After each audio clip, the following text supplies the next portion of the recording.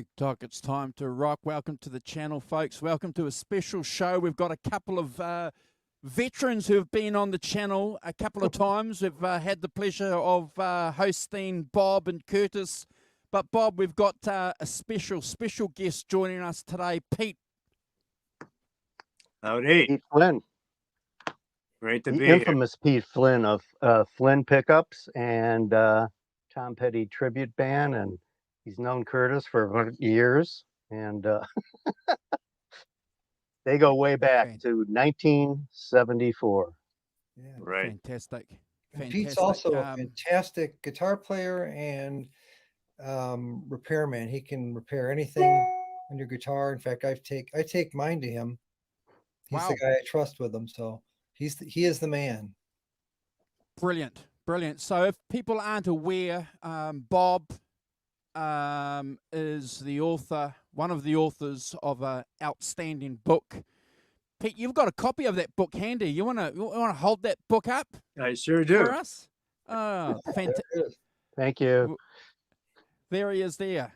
So that's the book there that Bob is responsible for putting in the hands of a lot of Fleetwood Mac and blues fans. So thank you, Bob, for doing that. Thank you. I'm just the fence. I'm Lowenthal's dealer. We've got the Rock Professor here in the chat. So the Rock Professor has the link if he wants to jump on. And Curtis, good to see you, brother. You've been on, whoa, gosh, how many streams have you been on? 3 or 4 now? 3,400 streams. Wow! Yeah, I know we've been on a few, but you guys are so busy. It's fantastic because I tried for like 3 hours to get on during your Christmas show, but you've got so many people that want to get onto your show for that Christmas show. You can't all get on at once. So you guys are doing a fantastic job. It's amazing. Pete, they do a show. I think, Andrew, it's like 6 hours. This Christmas show you do every year. Wow. And it just goes on and on. And there's just tons of guests who jump on, jump off. That's what happened. Andrew shaves his beard right before the show, and it actually grows during the show. It's unbelievable. Well, he needs that for Christmas, doesn't he? Yeah. No, I've seen a bunch of the shows. I have not seen the 6-hour one though. Well, Pete's got a lot of rock and roll stories for us, and I think some visual aids to boot. So maybe you guys want to start with a Hamer guitar, Curtis, with you and Pete. Yeah, let's see if we can hash that out. I know, I was working as everyone knows at Hamer from probably off and on 1973, until like 90, whatever it was, 97, something like that.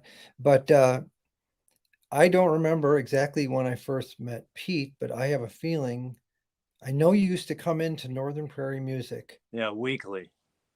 Yeah. Weekly? That's when you had your own shop though, right, Pete? No, this was in 74. So I had actually bought my first guitar. It was a Kingston for $1 on a sidewalk sale with my brother. So we both split it 50 cents each. So Nice. we brought it to Northern Prairie Music because we lived close there. And the repair ended up being $30. Well, we didn't have $30. Only $1 in it. Yeah. So, and I still have the receipt for that, by the way. And that was in 74. So that's when it all started, I just remember now, are we the same age? I can't remember. Are you younger than me? I'm younger. Yeah, I'm 67. So yep, I'm 62. So okay, so you were a bit younger when you came in. You were one of those punks who came in who wouldn't leave us alone. See, that's exactly. A million questions. Always asking what. No, we always got. You know what? We always got that. Now, what Curtis said is so true because I remember. It's another one of those things. I was one of those kids who was so inquisitive, like, what is this tuner doing? What is this pickup? And it got to the point where I know Joel, he was always like, all right, his line was, all right, guys, hit the bricks. So that's when we knew it was time to go because we wore out our welcome. But I loved it because rather than people just coming in to buy something or stand around, look at something, you guys had an interest, which is what led me to Northern Prairie. The very first time I went in there, and as maybe a junior in high school, and I just could not believe this. So all the vintage guitars, and I was just things that I had seen in all the magazines and live shows, and all of a sudden I'm walking into this store, and I just went crazy for it. I immediately, the first time I went in there, I bought an old Fender Tweed Deluxe and an old lap steel, a Rickenbacker lap steel, and just it took off from there. I never stopped buying. Yeah. Well, Pete, you have a Hamer. I think it's an Explorer signed by Curtis, don't you? I do. I have a 4-digit standard right here. Oh yeah, There it is. one of the first made by. It wasn't even really. It wasn't really Hamer. I mean, it was Hamer, but we started doing that at an offsite little custom shop thing. And there is, look at that. There is Curtis's actual signature. I can't sign upside down like that anymore. I used to be able to. Hey, Simon. Yeah. I went in there. I went into music gallery, 5 or 6 years. I can't remember when it was. And, Pete said, "Oh, I got to show you this guitar." He's got an incredible Hamer Standard. And he says, "Oh, you got to sign this for me." And you got to be kidding. What are you talking about? Well, yeah, you worked on it. You were one of the guys doing that. And so that was really an honor. I thought that's really cool. Well, So, hi, Simon. You did the finish work on that. Yeah. Oh, yeah. Hello. Curtis, Pete Flynn, meet Simon, the rock Simon. professor in Bristol, England. Hi, Simon. Pete, how you doing? Nice to meet you. Great. Pleasure's mine. Home of Wallace and Gromit. Yes, indeed. Just up the road. So we're Nice New to see you. Zealand, England, Wisconsin, Illinois. See? We're all over the place. We're global. International.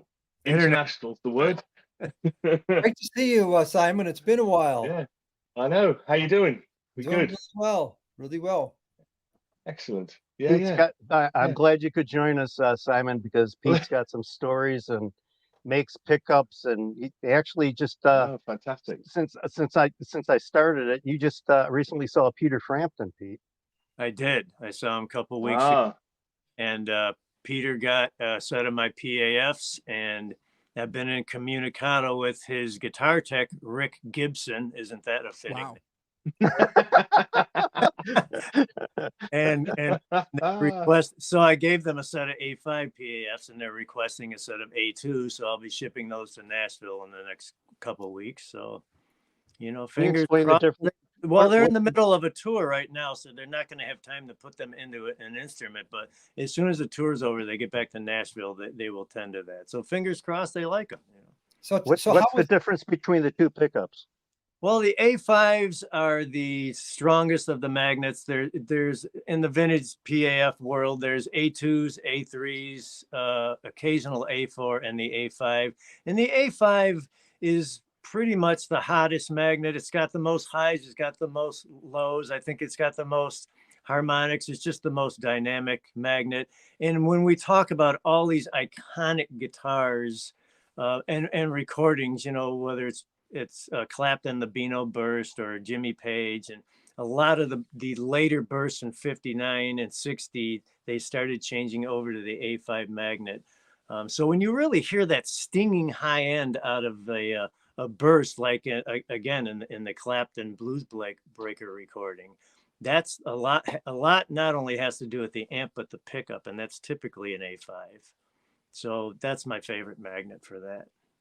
And And since we got to talk about Peter Green a little bit, Andrew and Simon, you'll be curious to know that Pete just had one of the Greenie copies in his home the other weekend. I still do. oh, Whoa, Oh, we still got it. yeah, he's got it. check this out. Uh, oh, nice. Andrew's got one as well. Mr. Walton, you've got one as well, haven't you? Yeah. Great top on this one. It's 8 pounds. It's really light, very resonant. Beautiful. Yeah, it's a great one. So I was happy to acquire it for the show, broken headstock and all. Excellent. Are you going to play it at the show tomorrow? I'm not going to play it. I won't be playing it tomorrow night. No. Okay. That So one that still brings has us stock, that one brings still us to has Pete. stock pickups in it, so that's one of the reasons it's here to be changed over. That Okay. brings us to Peter's guitar. So you actually let Curtis borrow one of your guitars Yeah. out of phased for one of our gigs. Yes. Yep. That was another reissue. That was the Mick Ralphs from Bad Company Burst 58 reissue. It's been pretty much all 59 appointments, a 59 neck profile on it. So it's not a baseball bat, but I think, yeah, the same thing that, we reversed the magnet in the neck for that tone, and Curtis certainly achieved that, and just sounded incredible playing that live. That was a It, lot of it fun, did. and I thought that was great that Pete that you loaned me that for the show. I was telling you about we were doing this tribute thing, and I went into your shop once, and you let me play it, and then you said if you want to play it at the show, and I said seriously. It was total talk about authentic. You Yeah, know, well, you got to have the right tools for the I said- job. you said, I said to you, were you going to reverse the pickup and the mag and all that? And he goes, yeah, I already did it. It's ready to go. But it also, I'm not a guitarist, but it depends on the player too, because, I mean, Peter Green got that kind of tone with Mayo, and that was before he had flipped the pickup. That's correct. But he did not have the out of phase sound when he was playing with the Blues Breakers. Right. Right. But it was really a pleasure to play that. And it's not something I would normally do, just get a guitar and practice with it for a week or two and then do a show, because it's something you have to get really used to. And I didn't even have that until I think It I was don't 2 weeks before, I think. but I don't even think I had it. I might have had it for one rehearsal, one of the very last ones. Yeah. So that was kind of it's always a challenge, but it's a lot of fun. It's such a great sounding guitar. Well, you obviously you certainly pulled it off. And I think Pete's got a Jimi Hendrix story for Simon. Oh my gosh. Oh. Well, I'm a Hendrix historian, and I did some interviews for Hendrix magazine back in the day when it was still actually paper and not an online. So The best things. and I knew and I know a lot of people, and have known for about 20 years a lot of people in a little online community called Hey Joe that was online. That doesn't exist anymore either. But there were all these individuals holding tapes from Hendrix shows or what have you. And it was all about getting these people together and getting the tapes. A lot of the tapes then ended up finally in the Hendrix estate for a lot of the Dagger releases and stuff like that. So it was great to be part of all that stuff. So I've always, just been a Hendrix nut forever. I also helped contribute to the Eyewitness Hendrix concerts. It's a whole book series. My Wow. job was to find people in the Chicago area who had been to the Coliseum in Chicago in '68 and the Civic Opera House where Hendrix performed, and then do interviews with them and a lot of people. So it was great. I thought, oh, this will be fun. My first interview was like, all right, so you were at the Coliseum. Tell me about the show. Oh, I don't remember a thing. I was too stoned. So I was like, oh no, this is not going to be easy. But what happened was is I ended up talking to Harvey Brooks from Bloomfield fame. Mhm. And he had just finished a book, and he went through the same thing, but he devised this whole sheet of questions to ask that kind of jog people's brains. And he just willingly gave that to me after his book was done. And that was certainly the key to, unlocking people's memories, like, who did you go with? And then, oh, I went with my girlfriend, and oh, and her dad drove us in her Buick, and oh, no, Redding was wearing purple pants. And it all just started happening after that. So that was a fun experience. I spent the whole summer at Northwestern University one summer going through microfilm, trying to find all the newspaper ads for all the Hendrix concerts. So that was quite a laborious. Wow. You should have interviewed. 3 months should- of going through microfilm, You should have interviewed Chris Herman. His father took him and his brother there, but I think he was like 6 years old too. Yeah. So I do have some memorabilia from. Here's a ticket stub from the Oh, Coliseum. wow. the Hendrix. Actually, it's a full ticket from the Coliseum show that Jimi Hendrix. That was December of '68. Look at that. It's Wow. not even ripped in half. Not even ripped in half, and How- it was Look at the price. yeah. Look at the price, right? Oh, $6. how much is it? How much is it? Pete, how much is it? $6.50. That's Which- expensive. I was gonna say at the time that was pretty expensive because most seats were $2.50 and $5.50 yeah. was premium. So, Right. but leave it to Chicago to jack up the price. Yeah, Ticketmaster. So I was always trying to find a Hendrix signature, and by the time I got interested in and when eBay finally evolved, and Hendrix signatures started at about like even on a cocktail napkin were like $4,500. So I could never afford a Hendrix. Now today they're like 20,000. But my brother saw an online auction for some Hendrix memorabilia, and I ended up getting something better. I have a lock of Hendrix's hair right here. Oh, come on. Oh, So instead wow. of getting a signature, I have his DNA, which I think is Oh, better. you could clone him. Now it's a white hair, and as you can see in the picture, there was a short time in period where Hendrix in '68, when he played at the Miami Pop and some other iconic shows, that he had some white highlights put in his hair, and you can see them here. Oh, yeah. Look at that. Fantastic. So the barber in England, when they cut his hair, this is where that lock came from. Ah. That's fantastic. Fantastic. That is great. And then I have Pete- from Pete, the along with 10,000 other people, has got a lock of Hendrix's hair. so I also have a speaker cabinet from that show at the Coliseum that Hendrix used as a side fill because he was a Sun endorser at the time. How did you get that? Well, I had a customer at Flynn Guitars. I had a vintage guitar store, Flynn Guitars, for 30 years. And I had a customer who knew a guy who worked for the promotional company in Chicago called One Way Productions.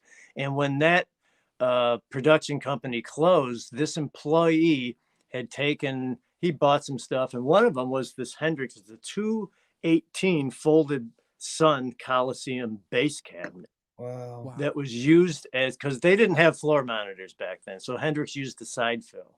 This was Hendrix's vocal monitors, so to speak, as the side fill at that show. So I acquired that a couple of years ago. So that cabinet will eventually be going to the Rock and Roll Museum in Illinois, in Joliet. So that's where that's headed. Wow. Fantastic. Is there going to be a little plaque that says from the Yeah. Collection Well, I have of- I have Pete pictures Flynn too. I have collection? black and white pictures of Hendrix with that cabinet on the stage. So Very cool. yeah, that'll all be inclusive with it. Yeah. I can remember, Pete, I went to see Led Zeppelin in 1975 at Earl's Court, and the tickets were £1.50, £2 or £2.50. Wow. $6 in 1968. That's quite expensive in 1975. Never mind 1968. I saved most of the tickets I ever had from different shows that I went to, and I've got so many from back then, like the Stadium or Yeah. Kinetic Playground. It's always like $4, something like that, for Yeah, anyone, any band, even the biggest bands. It was great. Yeah, I think Led That's right. Zeppelin played the amphitheater. I think it was $3.50 or something See? like that. Yeah, absolutely. Yeah. Yeah. And when I first started going to concerts in 72, 73 in Bristol, it was literally, 75p or a pound. Right. It Right. was like 75 cents. It was like, 125 if it was getting expensive but it was way cheaper than buying an album and stuff. And now contrast this with next month I'm going to see Bruce Springsteen. Yeah. 2 tickets for Bruce Springsteen, £585. Yeah. Oh, Yeah. They wonder why people are staying home streaming shows. Yeah. Come a long way. Yes, absolutely. Yeah. Which leads you to that Pete's going to be streaming a show tomorrow night. We won't be streaming that show. You'll have to show up live for that one, Robert. Yeah. Ah, Is it only $2 to get in, Pete? That's Yeah. the question. Yeah. No, Pete's in a Tom Petty tribute band, and he plays Mike Oh, Campbell. brilliant. Yeah. Oh, Petty fantastic. Union is the name of the band. PettyUnion.com for that. Hey, Pete, talk Brilliant. about that because you play a lot of different guitars for that show, right? You don't just play one; you'll play. Well, I got one question though, because I'm coming tomorrow night, and Tom Petty did do a version of "Oh Well." I'm just saying.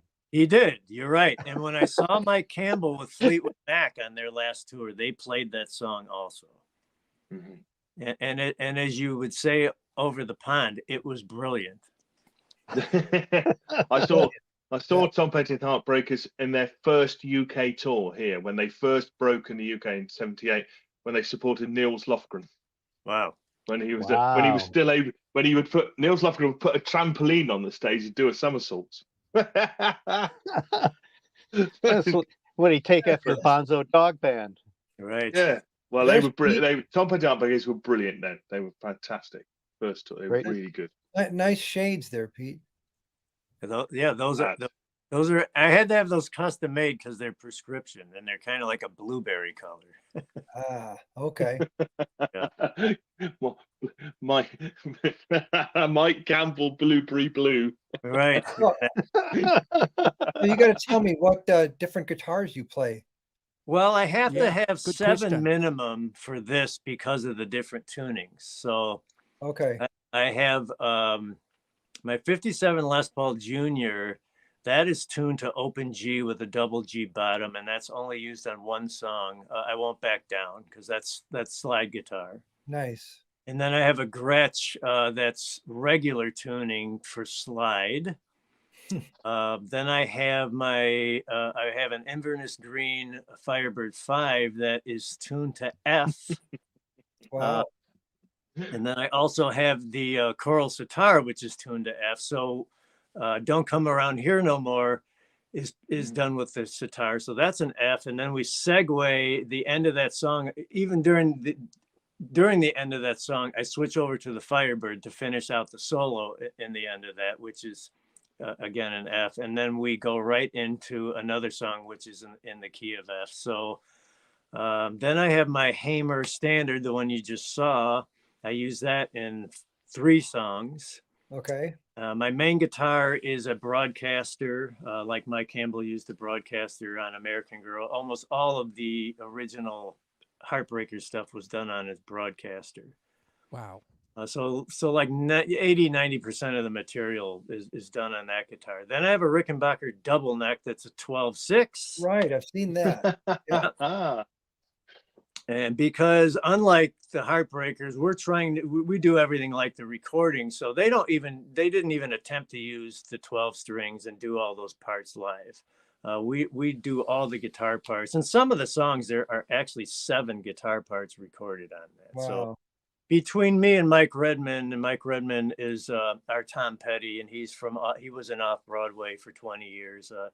He's another great musician, and between him and I, we can play 3 of the guitar parts simultaneously live if I've got the double neck on. So I'll go from the rhythm 12-string stuff to do the solo stuff on the 6-string at the bottom. Well, you have to be really organized to know the set list and which guitar to pick up. Yeah. Well, what's crazy is we usually don't stick to the set list because Mike will just call off songs as we go. Oh, no. So talk about having all the plates Exciting. in the air, Pete, And there's a then question I there. also play harmonica and I sing. So yeah, it's quite a juggling act to say the least. That's great. That's fun. But it's fun. It's so much fun. Well, I can't wait because we're going to go to that too. I know my wife and I are going to go and meet Bob and his wife. So it should be a lot of fun. Yeah, your table awaits. Ah, brilliant. As they say, as Simon would say, brilliant. Right. There was a Brilliant, question in yes. the chat though. Do you want to read that, Simon? What's the For, deepest Tom Petty song from your set list that might not make most sets? I don't think there's any that wouldn't. There's so many hits, so that's the hard thing is how even we do 53 Tom Petty songs, and they're all basically hits. Wait, is this a 6-hour show? So there's nothing there's nothing that we would play that you wouldn't know, but probably maybe something like Something in the Air, or something maybe a little odd like that. That would Something like probably you. be one of the songs that is not the most common that you'd hear on the radio. What's your? Yeah, I guess 53 I'll is be tremendous. That's a set list, all right. That's a Hey, three. what he did, what he minute- didn't mention is they're kind of speed metal band. They're all under 2-minute songs. Yeah, right. Well, see, I am that's really the thing. bad. You know, you joke about that, but most of them are 2 minutes and 30 seconds of because they're all course. radio songs. So guess Exactly. Like Elvis Costello when he first came out, I was a DJ. It was a DJ's nightmare. There wasn't a song over 3 minutes. what? Right. Same thing. So something like a little technical question, like how do you, when you're going to learn a song or you're going to rehearse, how much research do you put in to find out exactly how Mike Campbell played something? It took me a year to transcribe all the songs. Okay. There was nothing on the internet as far as a YouTube video lesson or a tab that was correct. Nothing. Right. That's what I always see. So So I had to get an app so I could separate the guitar tracks and lose the vocals and things like that, so I could hear what was going on. So when I started the Petty Band, actually, I had a different Tom Petty before Mike Redman came on board. So we had already worked at it for about a year and a half, and he left. And when I got Mike Redman on board, I thought, well, we can't wait another year to launch the band. So I had to record. I had a video for every song, all the Tom Petty guitar parts, and I sent them to him so he could learn them faster and not have to figure it out from scratch. So I had to not only learn all the Mike Campbell parts, I had to learn all the Tom Petty parts. So it was the longest project of getting a band off the ground before we ever did one gig, you know, but it was great. It was quite a learning experience. And actually on my YouTube, there's a couple of Petty songs that I've done tutorials for, so people don't have to, you know, pound their head against the wall to figure it out. yeah, because Mike Campbell's great and he does a lot of different little things with open strings and things that you wouldn't think normally. So yeah, so I wonder Oh, how you're right. He's a brilliant guitar player, and a lot of people just think, oh, well, there's just these tiny little ditty solos going on, and it's just, you know, 3-chord, 4-chord pop music. But he's so deep. I remember when I first started studying him, I found a YouTube video of Mike Campbell doing on a Chet Atkins Gretsch. He was playing Chet Atkins picking, which is, you know, yeah, right. You gotta have to be a very well accomplished guitar player to do that stuff. So fast forward when he joined Fleetwood Mac for the last tour, you know, I heard all this chatter about, oh, Mike Campbell, he's never going to be able to play all that finger picking Lindsey Buckingham stuff. And I was like, oh, you watch. And he certainly nailed all of it. He was fantastic in that band. What do you know about? I mean, I always talk to Paul Hamer about this. Speaking of Lindsey Buckingham, and you have a tribute band tomorrow night too that does not Fleetwood Mac, but he always used a Rick Turner. Isn't that a low impedance guitar? Usually used in a studio. No, we were actually a Rick Turner dealer at Flynn Guitars. Oh, were you? Okay. Yeah, we sold quite a few, but he's got a lot of different models out right now, but I don't think he's even making that Lindsey Buckingham model anymore. But at the time, it just had like a stock humbucker in it. Gotcha. So I got to get back to one thing before you talked about, you saw Peter Frampton. So how was he? How's Pete? How's his playing still? I have to tell you, I think he's the best he's ever been. Really? Great. Yeah. Okay. Yeah. You know, he had to walk on the stage with a cane and he's got a handler, but his guitar playing, I mean, he's another one of these guys. If you don't know anything past Frampton Live, you don't know him as a musician. I mean, he can play jazz, anything. I mean, he's also been staked in Nashville for years now. So he was just playing, you know, just so many other brilliant guitar parts and different chord voicings, you know, now in all of his older material, you know, stuff that you've never heard him play before. It was just it was incredible. And then the last couple of closer tunes were from Humble Pie, and they were just the Right. band cooking, man. They were amazing. I was a big fan, and he and Marriott together were just spectacular. I They just That was a were. loved that was a great band. I saw them live. fantastic. Yeah. Yeah, you know, You know, and that's just another offshoot of, again, you know, we have to go back to the thank the British blues explosion for that. I Right. mean, Humble Pie, you know, that's part of that. Mhm. So he, one question, did you ask him, does he still have that 3 pickup custom from way back, or does He was playing that at the show. the actual guitar? He The still has actual guitar, and he Oh. also has one of the custom shop replicas that he plays on a couple of songs too. So Okay. he played 2 Gibson 345s, or 335s, a tobacco one, a cherry one. One of them's a 64, and then he played the Phoenix Black Les Paul, and then he played the Relic Phoenix too. So is that a, do you know what year that is? Is it a 57, 59, 60? Well, I know- believe it's a 54 that was repainted, and it was okay. routed out for the third.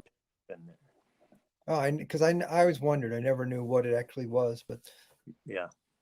I figured I you would- believe, you know, and I could be Yeah. wrong, but it was some sort of a double pickup custom, and then it Okay. was routed for the third pickup.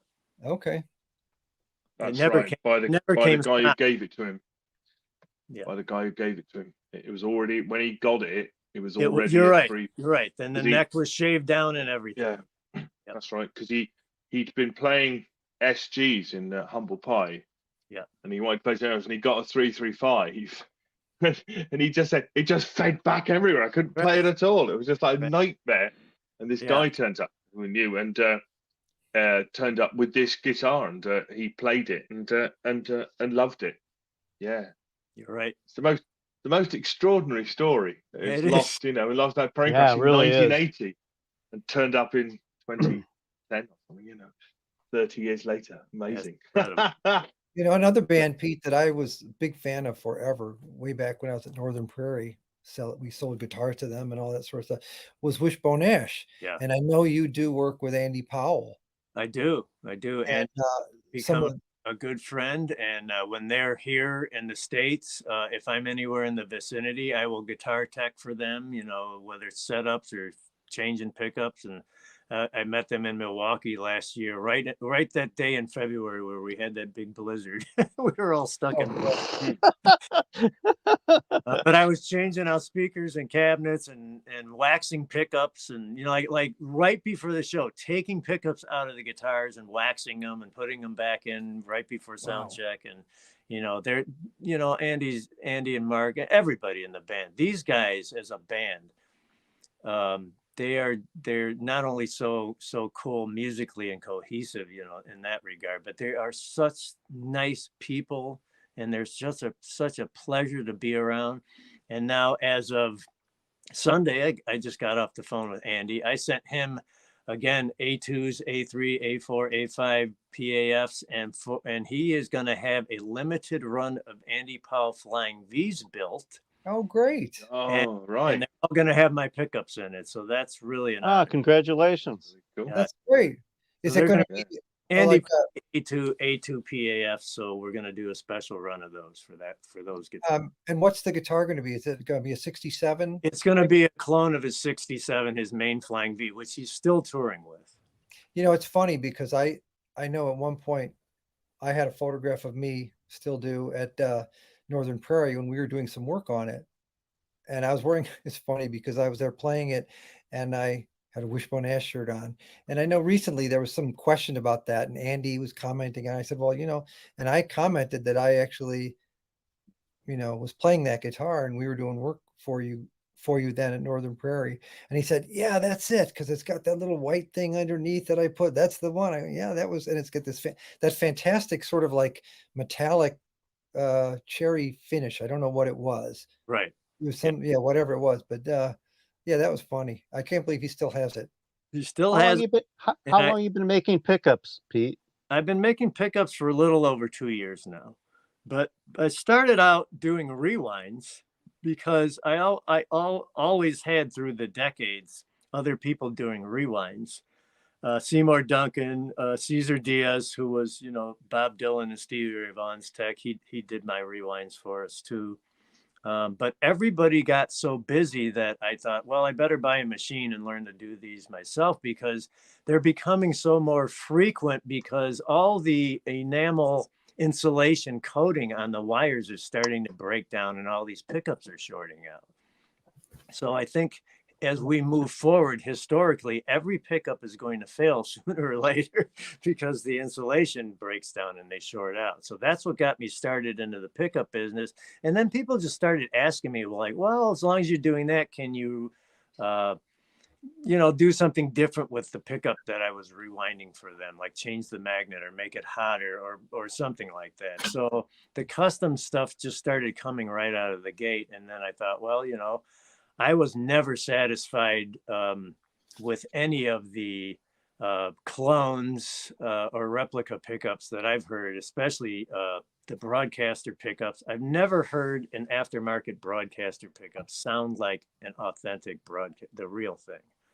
So that was the first pickup that I created, was the A3 magnet broadcaster bridge A5 neck. It's just something magical about that. When I first bought that guitar and I plugged it in, I thought, man, I've never heard anything like this before. And then you know, and then you start to understand people like Jimmy Page, when he actually used a Telecaster for recording, because it sits in this frequency that when you start stacking, you know, other guitar parts on top of it, you never lose that initial track. It's still the bedrock for everything. So I just started doing a lot of studio work with this broadcaster. And then I made a clone, which is the one that I go out playing with now, because I don't bring the original stuff out on the road. But I could never get a right set of pickups for that. So I finally did my own. And I sent those out to various people, you know, who have broadcasters, and they were all like, well, it sounds like the real thing. So I knew I was on the right track. Then I started making PAFs. And I sent first couple of sets to Frankie Sullivan of Survivor, because he's just got the most incredible vintage guitar collection. Yeah, I think he has one of my guitars. Yes, he does. He's got one of your bursts. And you want it back, Curtis? Yeah. Yeah, unfortunately, I don't think I could afford it. Yeah. But yes, he does want it back. Yeah. But I know Frankie was endorsing OX pickups and Lowlers and other companies he was working with. And when I sent him the pickups, he's like, well, I think you've cracked the code. He's like, these pickups sound absolutely like, if you're blindfolded, you could not tell this between an original PAF. So I knew I was on the right track at that point. So aside from Curtis, does anybody else ask you for out of phase? Oh yeah, I just did a set yesterday. Oh, no kidding. Yeah. I've done quite a lot of, we just call them greenie sets. So yeah, I've done quite a lot of greenie sets. So I got to ask you, I have a set of your pickups, which I'm still waiting to find the right guitar to put them in. Right. One of these days. And what are were these A5s, or do you know what you had? Those are A5s. Yeah. Okay. I don't know if I should show the back because you changed the. Well, you can. Well, you know, I used to go by. If you can see it, wherever the camera is here. There you go. I think the original one said PAF pickups or something, right? Yeah, that's what. Wait a minute, where are we? There you go. PAF pickups. Yeah. Right.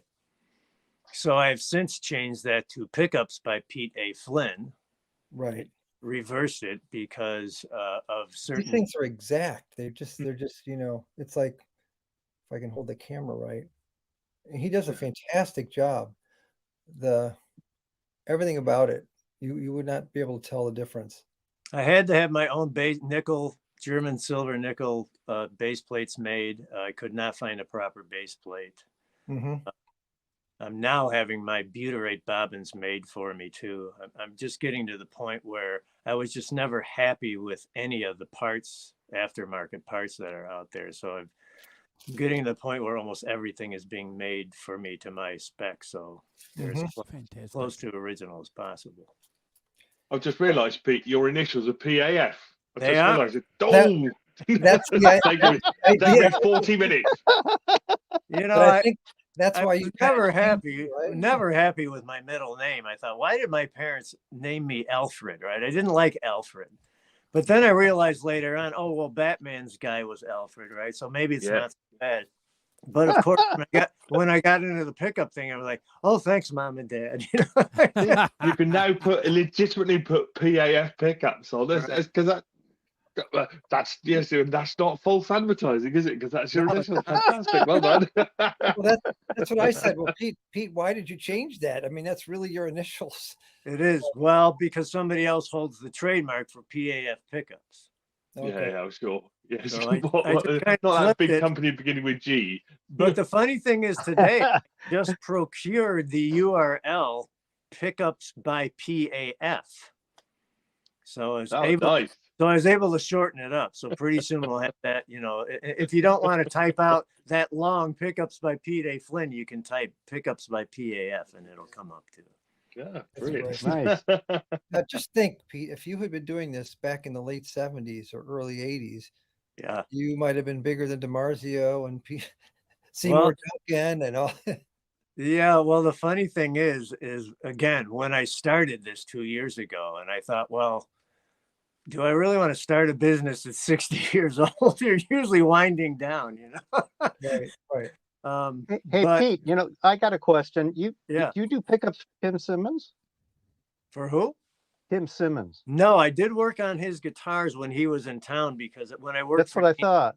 yeah, when I worked for Dean Zielinski at DeanZielinskiGuitars.com, he would come in and you know, I would do his setups when he was in town. He was a sweetheart of a guy. He was such a nice man, wasn't he?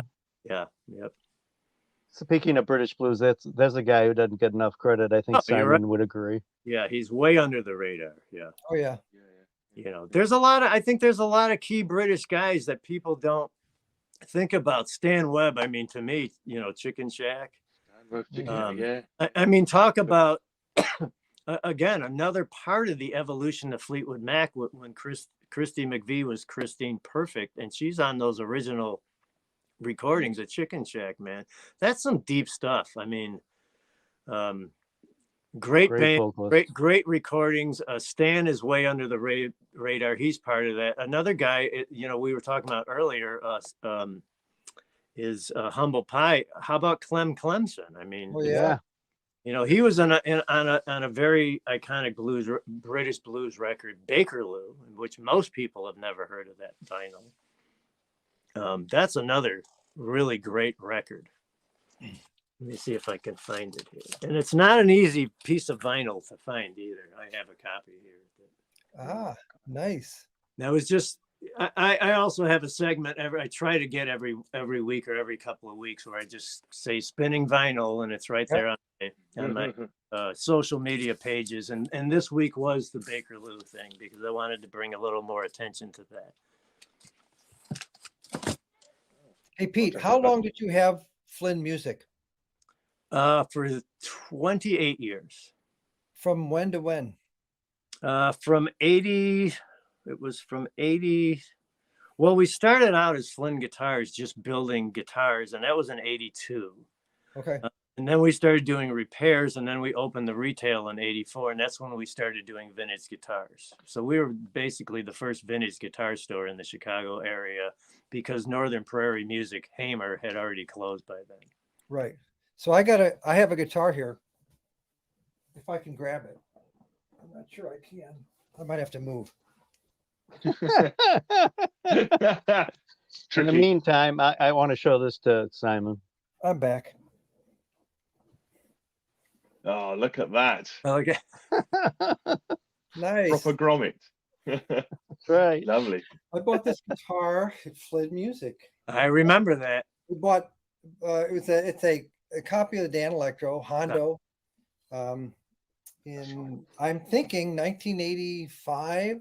Yes. I'm thinking it anyway. A friend of mine, Mark Durrani, and I went in there because we had been experimenting and with a concept because we wanted to make a guitar with multiple frets so that we could play certain, you know, pieces of classical music and all that sort of, stuff that was getting really popular, Ingve and all this other stuff.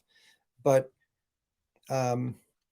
so you had this one and a brown, whatever the finish. So I have both of them still. So this was it's weird because it was like the genesis of one of our ideas, because we thought, well, we could get this and there's 31 frets, I think.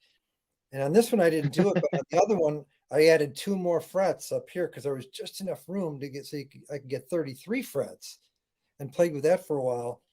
And I have a real early, is it DiMarzio or is it a Duncan? I don't remember what I put in this, and put one of our bridges on, drilled through and put the grommets in there. Oh, I remember that guitar. That's great. Yeah, but and it was okay. It was a lot of fun, but it just wasn't right. And that it had to kind of go on to a guitar that we designed in Hamer called the Virtuoso, where I had 36 frets, kind of copying Ulrich Roth from Scorpions.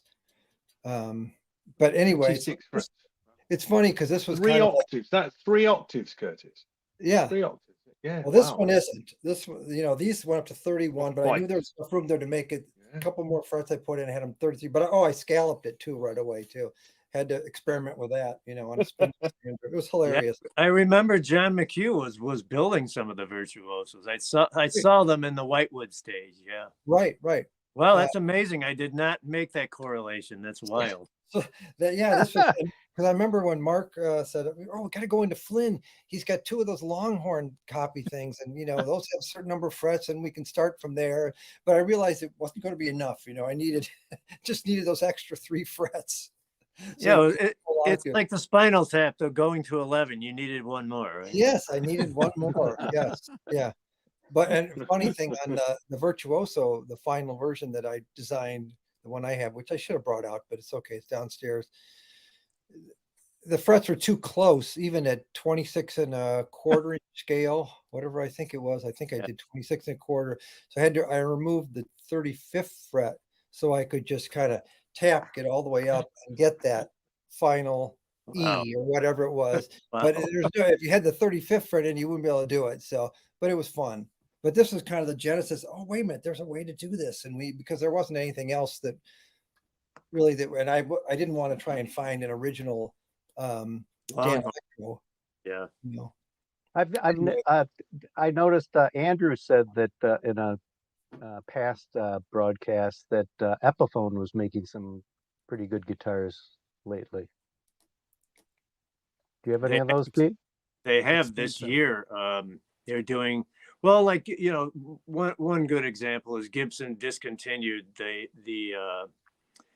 Firebird, the American, the USA version for the last I think like 5 years now, something like that. So then you could only order it through the custom shop, and one of the reasons was you couldn't get banjo tuners anymore. And then Kluson finally reissued those. But now, as of this year, Epiphone came out with a neck through body, the same multi-lamination method they used to build the USA ones.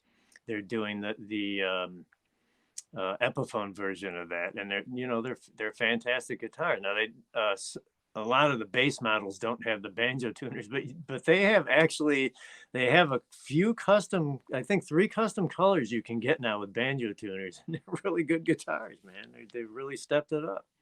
So yes, Epiphone's going for it. What are some of the what you consider the most rarest guitars that you currently own? I know you and Curtis have gone through a lot of them. Yeah, Chris Herman said a lot of times you sell them for pizza. Yeah. I think, one of the coolest ones that I just got recently was Hamer Standard number 94. Right.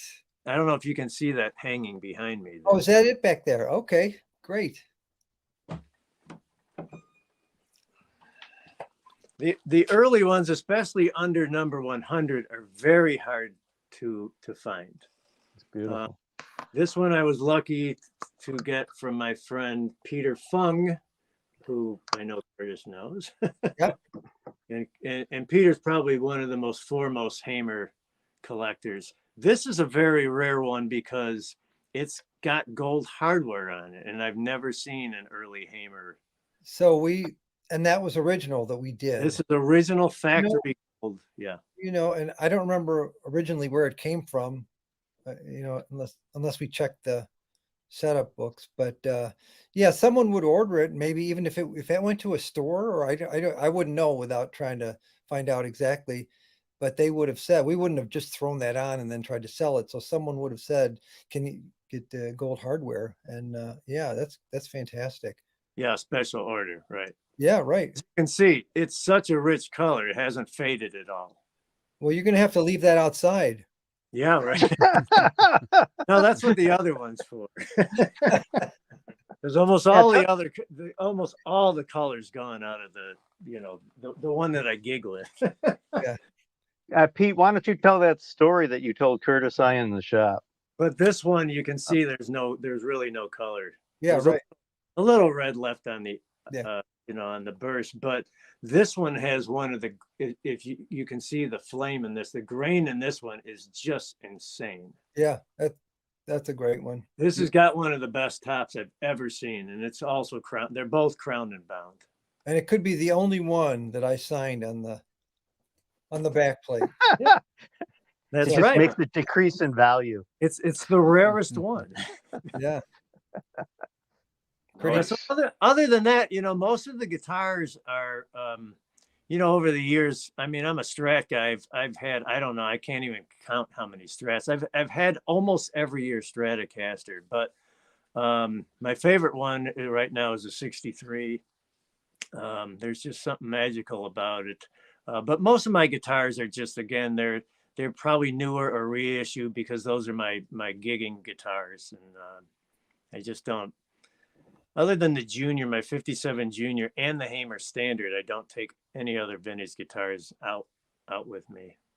It's only because those are my workhorses. So, Well, I think pretty much anybody would be afraid to tour with an old Les Paul nowadays, and yeah, because anything can happen, or even old Strat, because they'll disappear, and it's not worth the risk.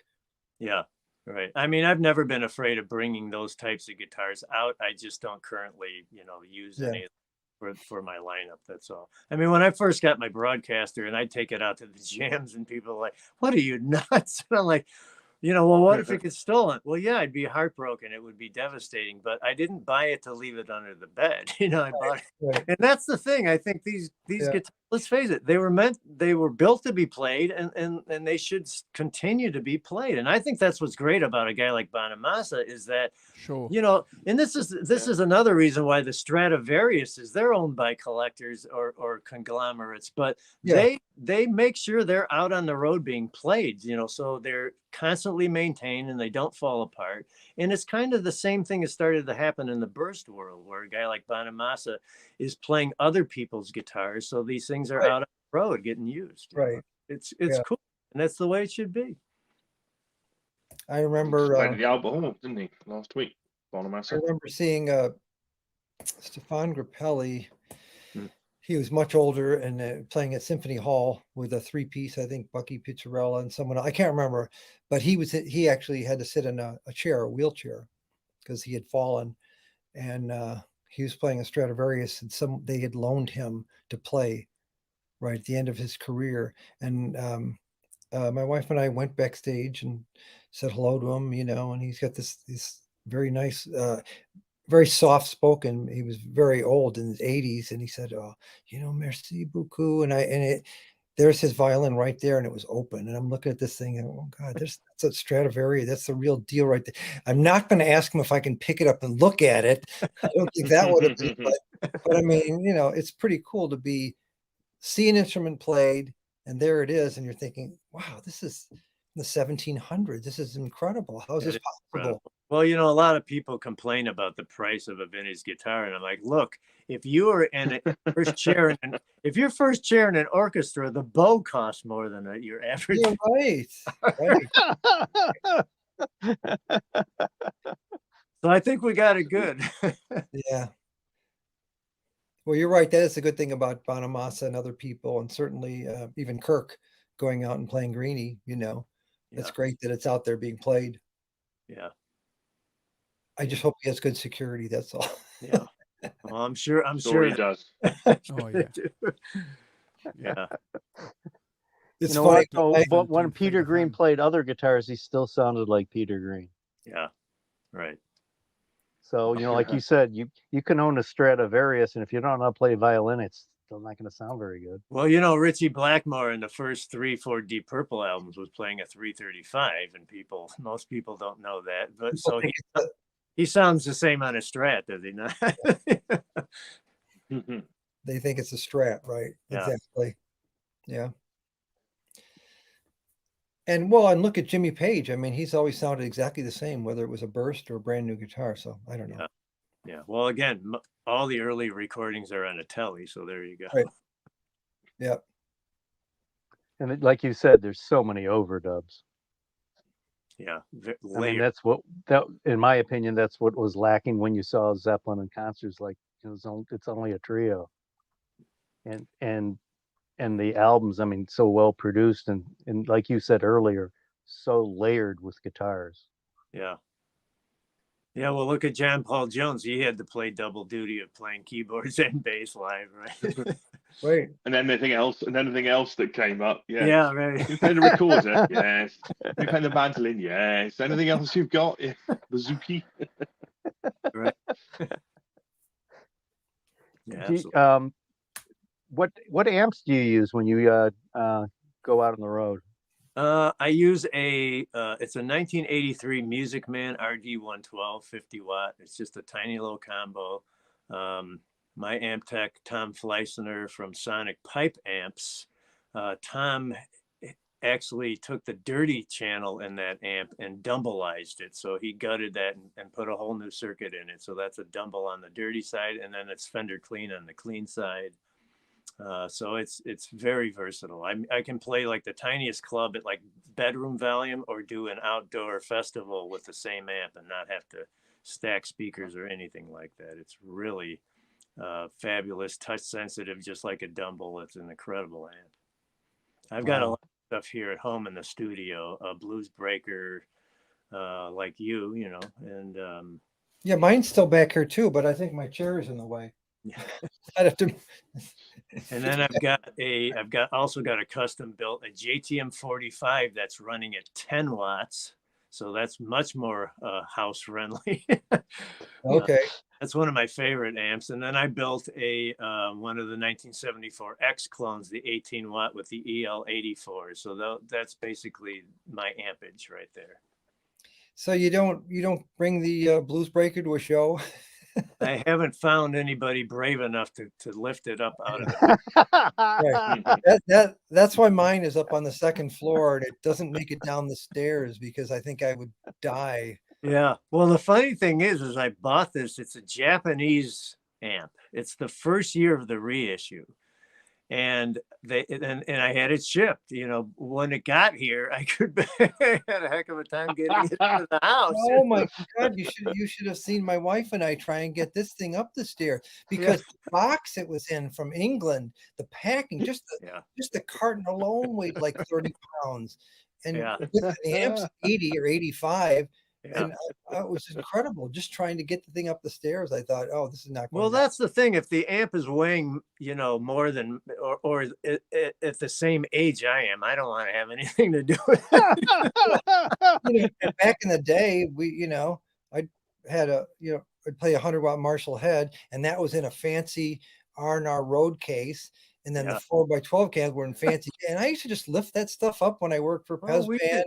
We toured with a B. We actually bought the Buckingham's M3 organ or a C3, and it was chopped, and it still took 6 of us. It was like being pallbearers, Back in the day, this amp, I would just lift something like that up. But now I look at it and go, wow, I don't even want to move it. Speaking of heavy, though, Curtis and Pete, how heavy is the 5-neck Hamer that Nielsen uses? Isn't that like 80 pounds? I can't even. Oh, that thing's totally fake. It's just cardboard, Bob. Is it? Okay.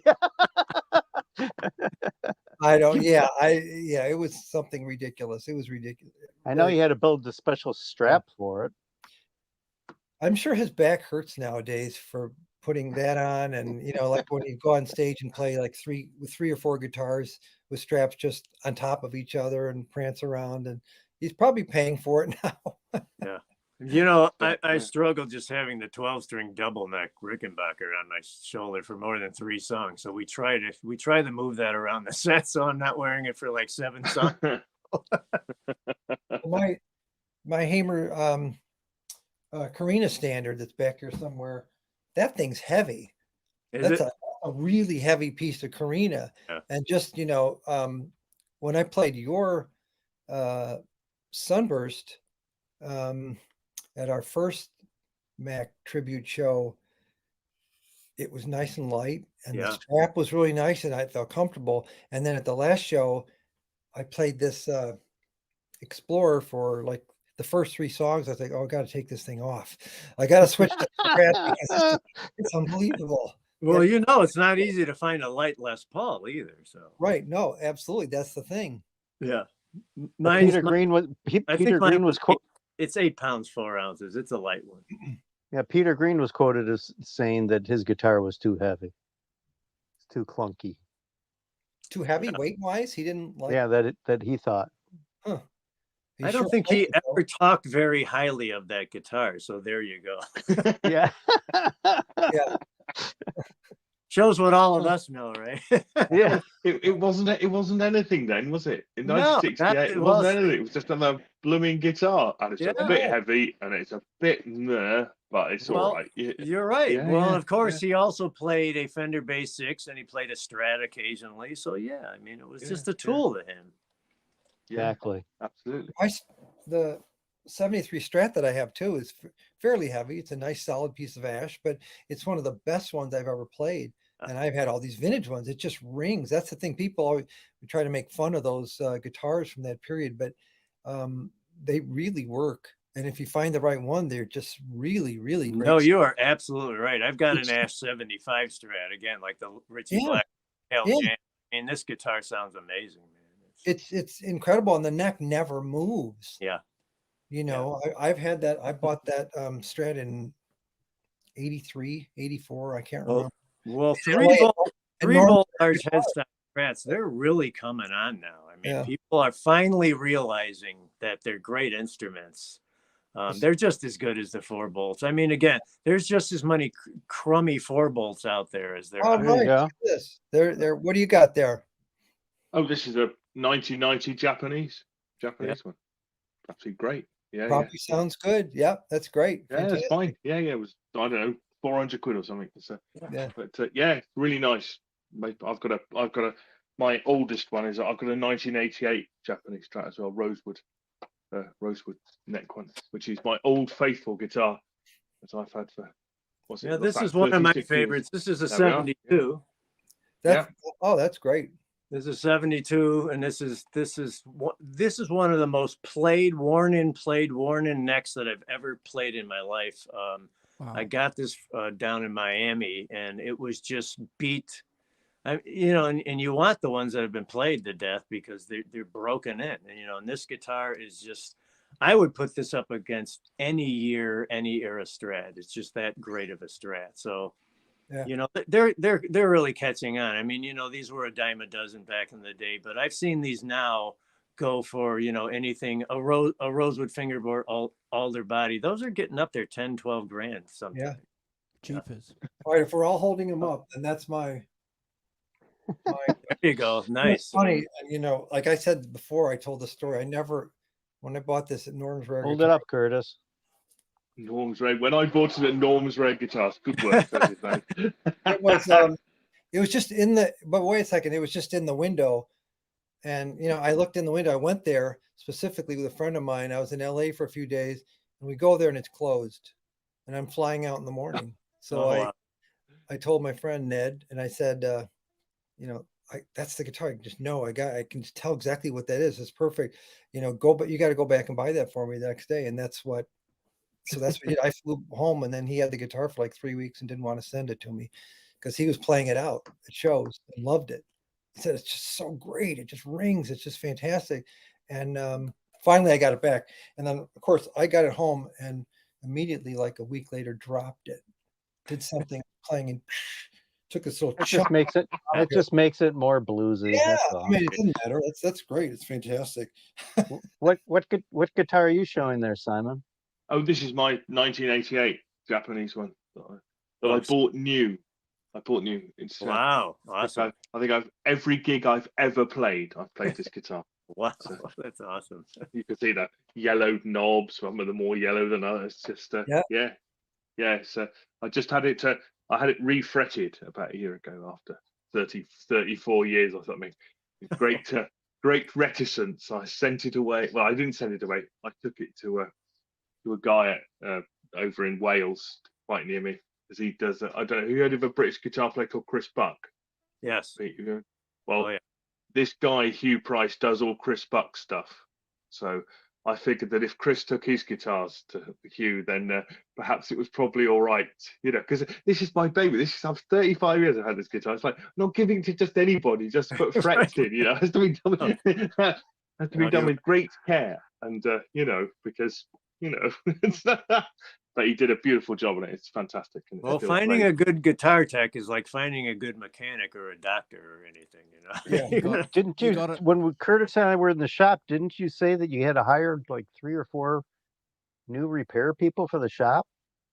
Oh man, it's crazy. It's out of control. I mean, we've never had so many repairs, but again, with the pandemic and all these mom and pop stores closing, and now we just heard Sam Ash is closing, not far from us. Right. I saw that.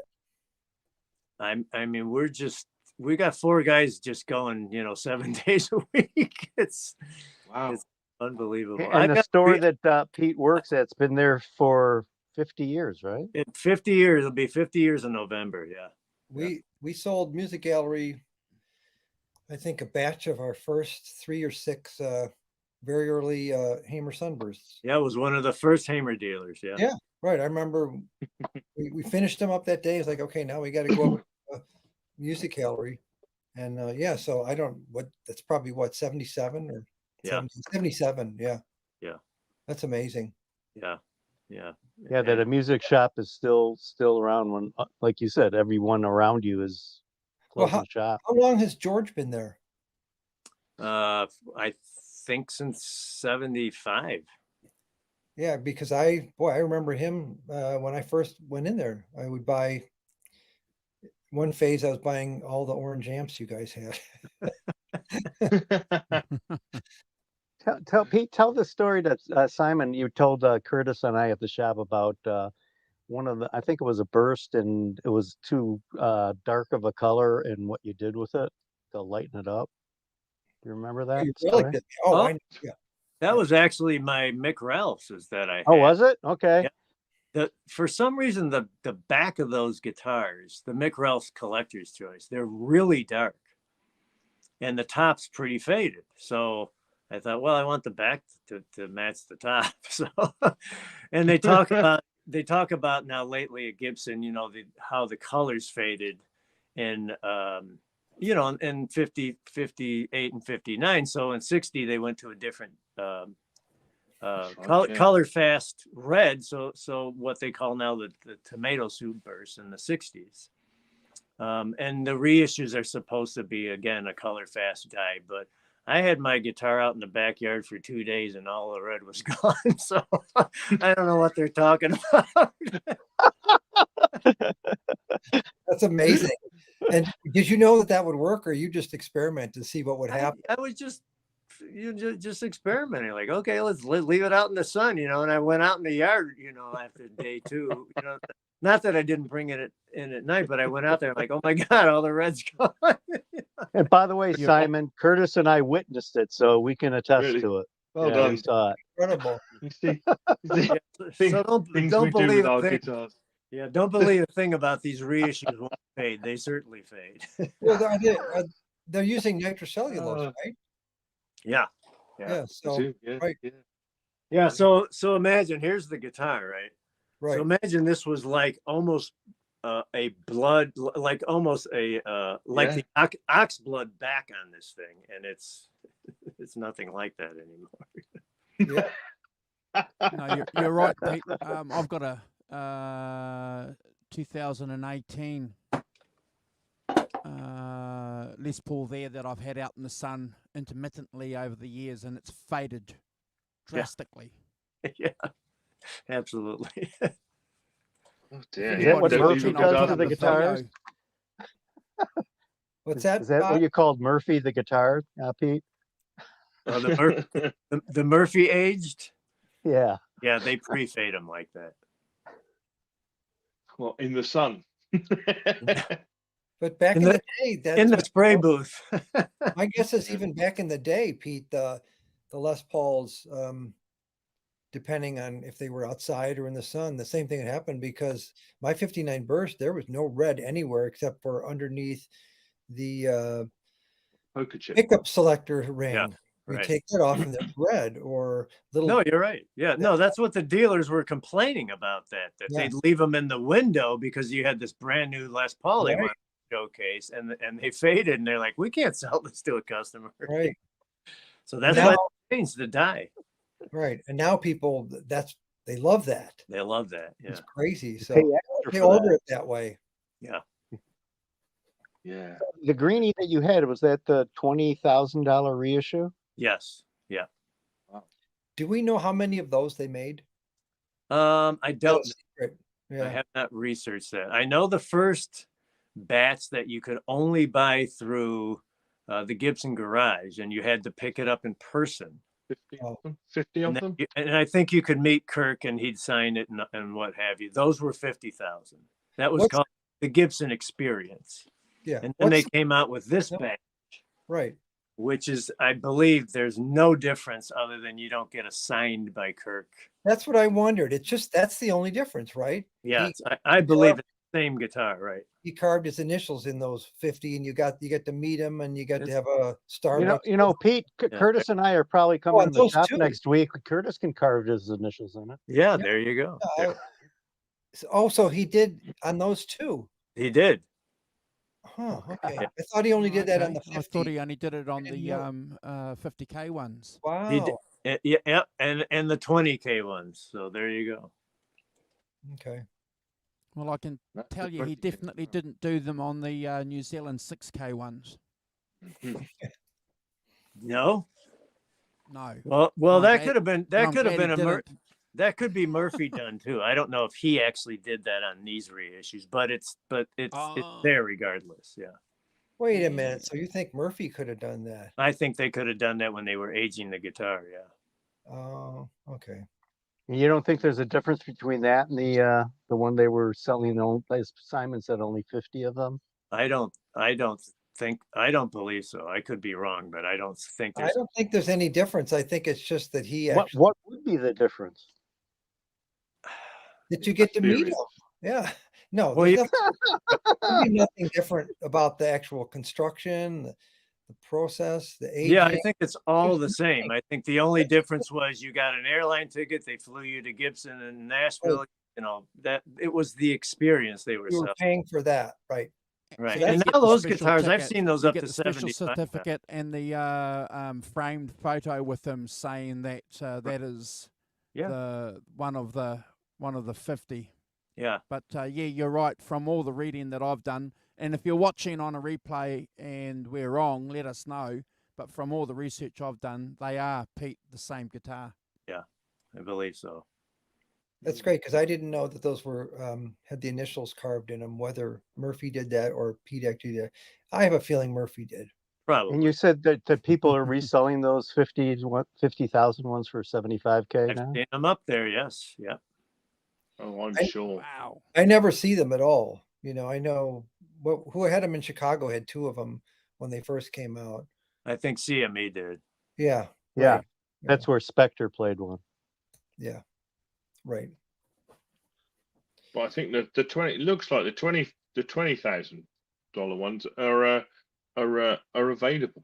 And I don't think Yeah, they they're don't out seem to be there, yeah. limited.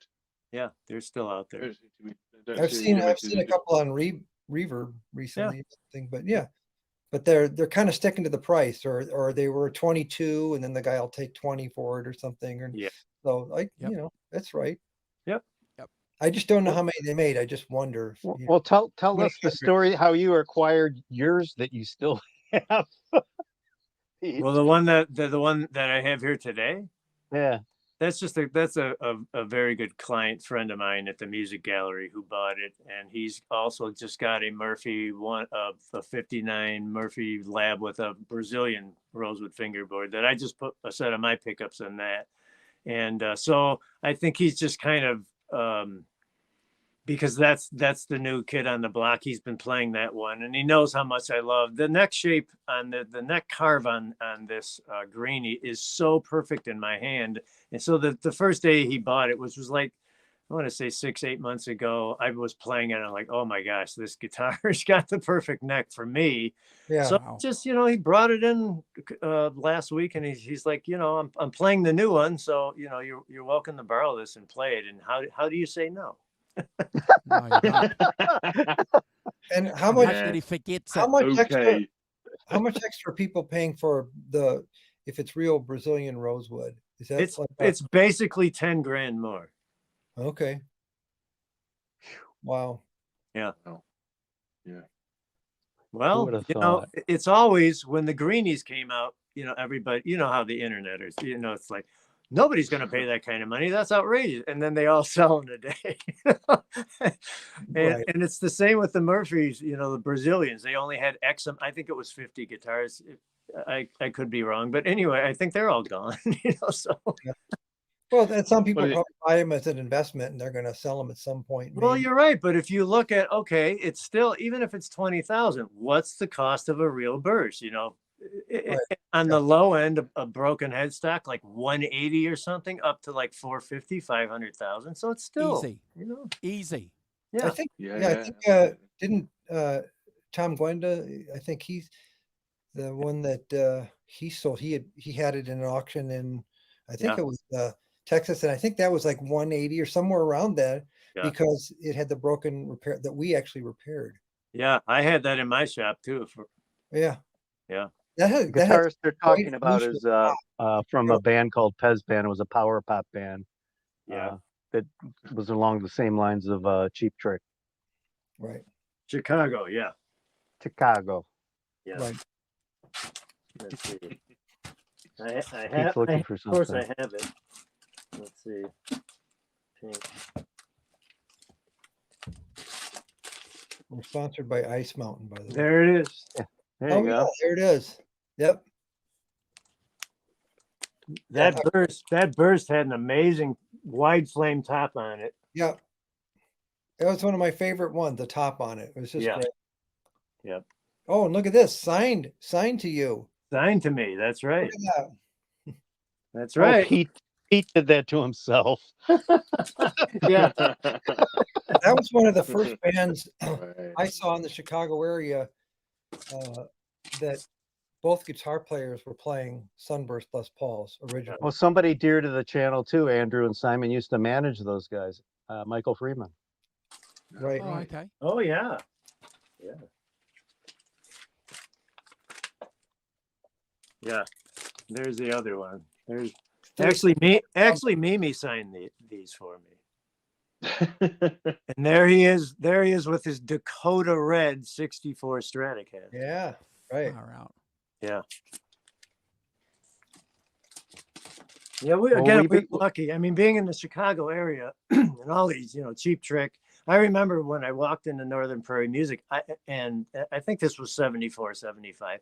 I didn't know who Rick Nielsen was or Cheap Trick. They weren't happening yet. We tried to kick him out for not knowing, but he wouldn't leave. I just remember, it was a couple of us walking down the sidewalk, and we hear this guitar just blaring away, and we run into the shop, and we open the door, and there's this guy sitting with his back to us, and he's just playing C chord, D chord, A chord. Wow, that's strange. We just heard this blaring guitar, and then there's just this guy doing cowboy chords. And then we turned around and we're looking at the straps and the picks and the showcase. And then the guitar starts wailing again. We turn around, C chord, D chord. And it was Rick Nielsen. And it was just typical Rick. He was just clowning around. He was just playing us, Right. Yep. Yeah, nothing that comes out of that guy's mouth is anything but sarcasm, right? Right. What So did he that used was to tell that you was when my you handed first him a Pete guitar? Nielsen encounter. Show When it. Curtis was his guitar tech, what did he say to you every time you handed him a guitar? Get the hell out of here. No, No. don't. F up. Yeah, every guitar. Yeah, He was, that was he, just, too, he you know, changed his that was guitar every song. that was his tongue-in-cheek way of saying something. Yeah. Yeah, and he always called me my old setup guy. You know.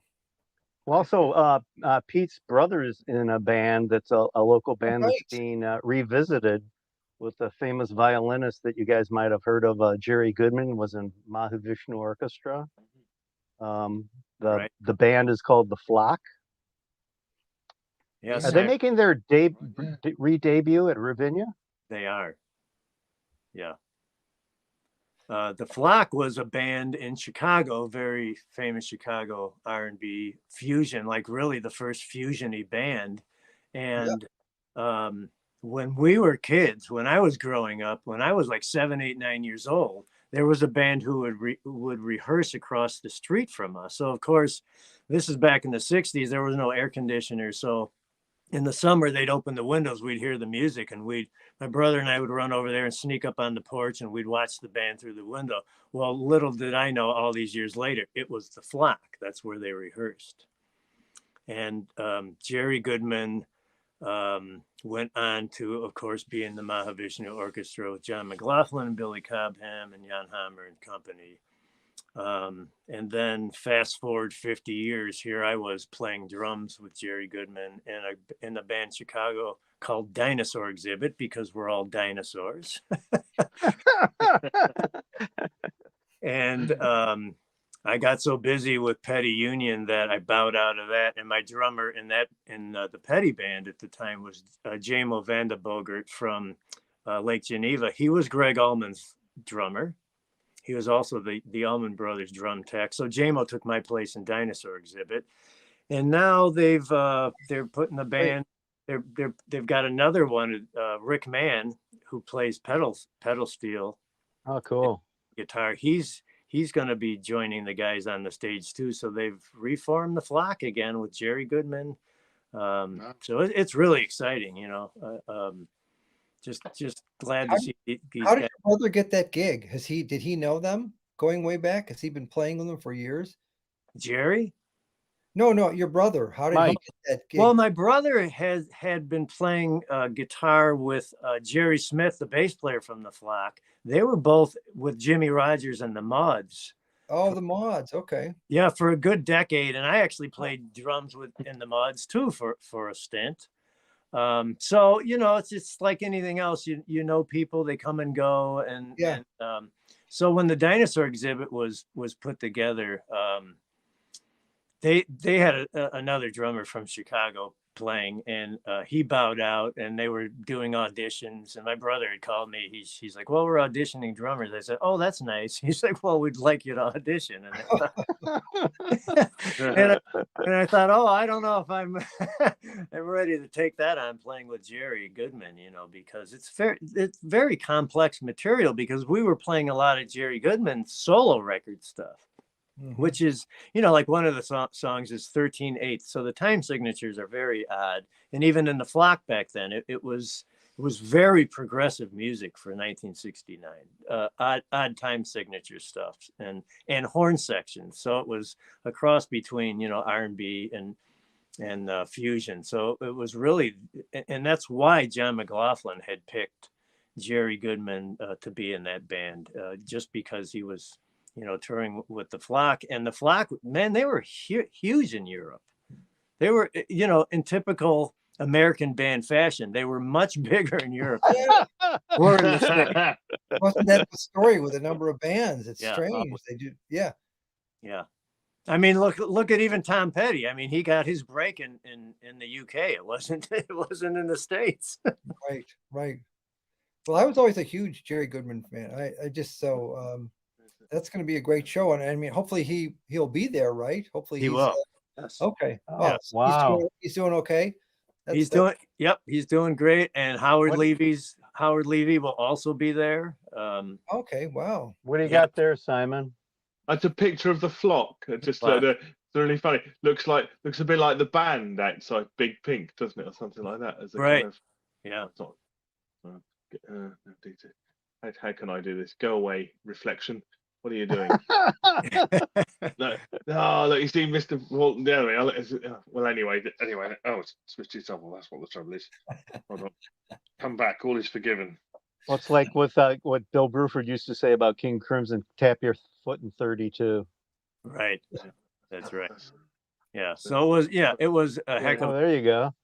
The There you go. commune sort of thing going on, isn't it? Commune. Yeah, and they were vibes. right in the front. That's Jerry Smith, the Yeah. bass player. Jerry's still with Yeah. them. Yeah, I kind of ribbed your brother a little bit. I said, "Wait a minute, you guys can do any Mahavishnu songs?" Yeah. And he said, "Well, we are." I said, "What? You got to tell me." Well, you'll have to see. You'll have to wait and see. Because I remember I figured out a bunch of that stuff. I loved that stuff. Oh I yeah. saw Mahavishnu Orchestra, I think 7 or 8 times back then. Yeah. You know, it's just I fantastic. right out of the gate. I think I was 12 years old when I got Intermounting Flame. You know, it's just Yeah, I had in fact, I had a band with my brother back then, John. I don't know if you remember him, but we were going to call the band the Intermounting Flame. I was like, wow. yeah, I don't know if this is going to work, but then just changed it to CJ Band or whatever we did, Almost Brothers. That was the joke because he's a half brother. So, and then we did all these Allman Brothers songs, but I always could play some of the Mahavishnu Orchestra songs, but the rest of the band was like, no, we can't do that. It's too tough. Yeah. Okay, I can figure it out on guitar, but whatever. Well, I know, all right, I'll let one of the cats out of the bag. Dance of the Maya will be one of the songs. Oh, I can still play that. Cool. I know. Yeah. That was one of the first ones I figured out. I love that, especially when you kick in the wah-wah pedal and you get, Jerry Goodman doing that. That's great. Yeah. Fantastic. It's going to be exciting. It's really cool. Yeah. And I know they've already got some inquiries in the UK about bringing them over. So that's probably going to. Oh, there you go, Simon. Isn't that always that you have to go over to England to get popular over here in the States? Right. Again. Yeah. Twice. Well, Yeah.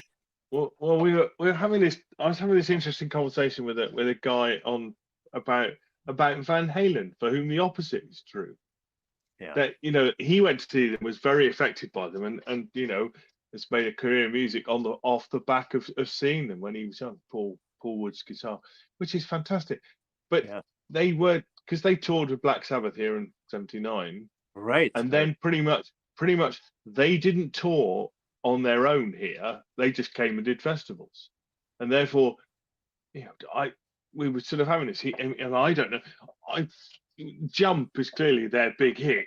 It's a big hit over here, but nothing else really rings any real bells over here. I didn't know anybody who had albums by them. I didn't know any. They weren't really played on the radio a huge amount. You get the odd thing, but not very much. It was amazing, colour the opposite, and then clearly they were huge in America, but not really here in the same way. I still like Aztec Camera's version of Jump Out of the. Aztec Camera, Roddy Frame, yes, come on. Yeah. He was great. Yeah. Well, it's like Hendrix. He had to get popular over there too, right? Yeah, you did. Yeah. I did, Chris. Mr. Walton, ask a question. Good to see you, Hugh. Thanks for being up, sacrificing beauty sleep. Yeah, right. Both of you guys. And we all have to say hi to Jeff Lowenthal. He's going to kill me, but his 86th birthday is in about 10 days. Awesome. Happy birthday, Jeff. Blimey, yeah. That's good work, that is. And thank you for all your beautiful photographs. Yeah, absolutely. Now, Bob, you should say you've got another book signing coming up. Yeah, we're actually going to be at West Side Chicago Record Store, Blue Village Vinyl, on Record Store Day. Jeff and I signing our books. And excellent. I would love to go. I hope maybe I can for a bit, but that's the same day I'm going to Listen, see Todd Rundgren will Yes. understand you miss his show. Rundgren, so So yeah, There it is. the book is still doing well, and thank you for all you've done, Andrew, Simon, and Brad. And thank you for the shout outs when I was recovering from my recent medical Yeah. issues, and Brad's words meant a lot to me. So thank you again for that. I'm glad it's still got legs, Bob. That's Yes. fantastic. Yeah. Well, it's an You know incredible. what? It's amazing. I just met Jeff and I just met this local radio personality, and she asked if she could bring her son along, and I'm like, well, sure. We'll see. Well, he's a musician, works at a music store, and he's 22, and he's a huge Peter Green fan. And Good. it's just like when people ask me what's the best part of the book, I said Dia Matrona, because you got 23-year-olds that are into Danny Kerwin and Peter Green. isn't And that that's great? 3 generations removed from all of us. Yeah. Still affecting people and influencing, which is fantastic. Yeah. Well, go get your book, get it signed. I got mine signed. See, Oh, let's see. Look at that. Wow. We got to Now- get you Jeff's signature, Pete. I can't say enough about this publication. Being a Peter Green freak myself, I think really this is the cream of the crop when it comes to any type of history, memorabilia stuff. I mean, the book is just loaded with the greatest images that you've ever seen. So it's Think about that bass too, Simon. The bass that McVie's playing, I think, is just like what, 2 years old? Isn't that like 67 Fender? yeah, That was 69, and it's Yeah. beat the crap. yeah, and a great shot of Buddy Guy with a large Great. stock Sunburst Strat there too. Yeah, look at that. So if you're a blues fan, a Chicago blues fan, and you're not even a Fleetwood Mac fan, I mean, this book there's so many levels to it to draw you in. I mean, it's not only a great read but of course the pictures, are worth a thousand words, but you get both. You can't get anything better than that. So get the book while you can. And it's Thanks- incredible thanks, that Pete. Jeff still had all those negatives, 50 Yeah. years later. And they weren't all ruined, right? Yeah. Well, Yeah. and for me, the book, it was a miracle because, for all those years looking at the album with the tiny little pictures upside down and using my magnifying glass and, oh, look at what amp is he? Oh, geez, and just crazy. And all of a sudden, you guys are doing a book and you're going to use the photographs and they're all blown up. And it was incredible. Yeah. It's a It's- treasure trove. It really Yeah. is. Right. Well, it's part of musical history. I'm humbled to be part of it, and like I said, I'm just Jeff Lowenthal's fence. Well, great fence. Now, Great fence. now you've got to persuade him, Bob, to do a book on all these other photographs that he's got. You're right. From Right. your lips to God's ears, Simon. Thank you. Absolutely. Yeah, No, sort that's it out. Come incredible. on. That's an incredible photograph that just surfaced recently Yeah. with Yeah. Clapton and Peter Green right there. Did anybody find out where that was taken, though, Andrew? Did you get any responses? Yeah. Gosh, I forget the name of the pub, but June 1967, outside a pub in London. Wow. It's called the Prince Albert. That's it. Is it? Oh, okay. Yeah, it's called the Prince Albert. Yeah. Amazing that, like you were saying about the book, and thank you for that, Pete, but that pictures like that still are surfacing. Yeah. Just like the video of Kerwin practicing One Sunny Day with Green, unplugged. I remember playing that with Walter Trout, and he's like, "You can't do that vibrato on the second fret unplugged like he's doing on a Strat." Well, And you're at right. that Practicing, time, what Walter, was- you'll get there. Yeah, when that video was Kerwin was what, 17? Yeah, Mm. amazing. Yeah, he's another guy under the radar. He just does not get the notoriety that he should.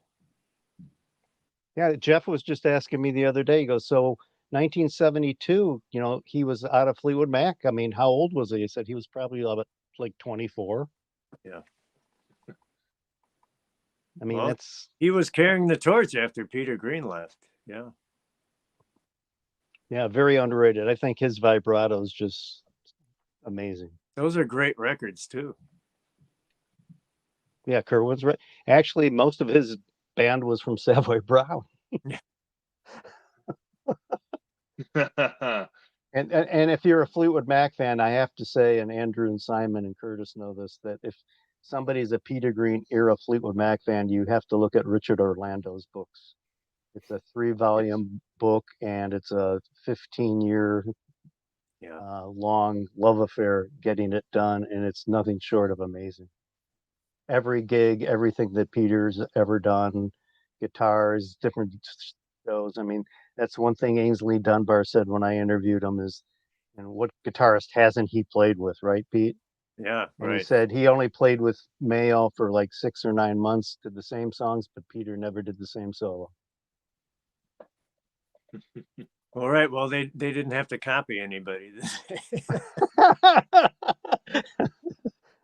Well, they did some Nobody took copying. I mean, Jigsaw Puzzle Blues, as Curtis was talking about, is basically a Django Reinhardt, Hot 5 song, Right. St. Louis Blues. But they did everything their way. They just, all these guys, they were trailblazers, pioneers. There was, I mean, again, you go back to the Blues Breaker record, that was a game changer for all of the, even the Peter Greens and the Mick Taylors of the world, So, That's another guy, Mick Taylor. Yeah. Yep.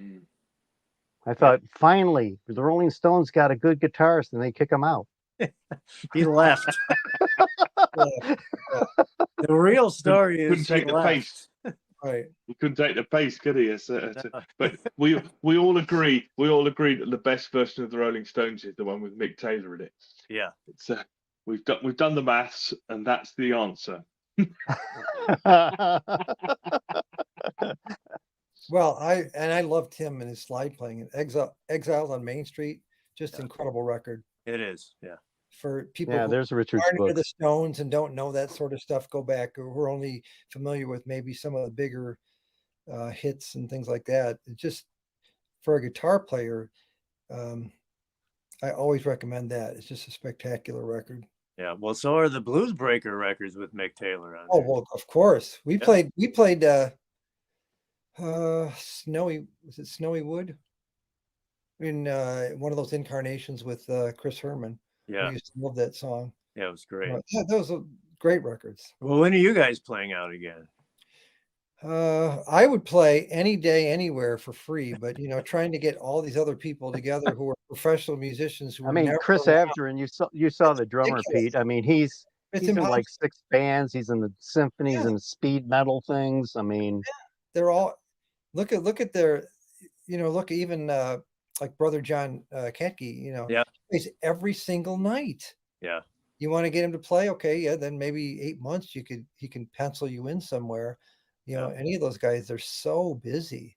Yeah. It's not like it's just a regular gang of friends that you were with and you play and you could do this all the time. It's, Bob knows for putting together those other 2 gigs. It's a huge effort just to get everyone together. It's almost impossible. I know we can, Pete, I'll offer, we can do this. We'll get Chris together, Curtis and you, and we can have a 3-piece guitar Fleetwood Mac gig. There we go. Hey, I'm game. Yeah. That's what I say. I'd play anytime, but and look at how tough that was, Bob. Even our last show, we didn't even have the singer show up for rehearsal at the gig, sound check. Yeah. He was flying back from Vegas. So it's just, I mean, it's almost impossible to rely on all these people to even show up. No, I know. We've got 7 in our band. It's like herding cats, for crying out loud. It is. I've used that term God. too. Oh, dear me. 7 must be. That's a diary nightmare, that is, isn't it? Do you ever get 7 for practice? Ever? We do, but always not somebody. We do, but not most of the time. That's a question I have. So where do you guys 10% of the time. a band that's that big with 7 people? Where do you guys get together to rehearse, or do you just rehearse on your own and then just play? No, right here at my house in the studio here. Yeah. Oh, okay. Great. Yeah. in the kitchen. In the You must have quite a big studio there at your house. Well, it's my kind of kitchen. I mean, that's what we're Yeah, cooking. yeah. Hey, Bob, the funny thing is I just saw, speaking of Todd, they just got into town and they're rehearsing at Fort Fort Knox. Knox. And guess what? I just saw a little video, one of the guys in Studio A, right there where we were with all the photographs inside Yeah. the wall that are by, That's our studio. yeah, What the hell are they doing there? exact same studio. They're basing out of there because their first gig is Milwaukee, and then they do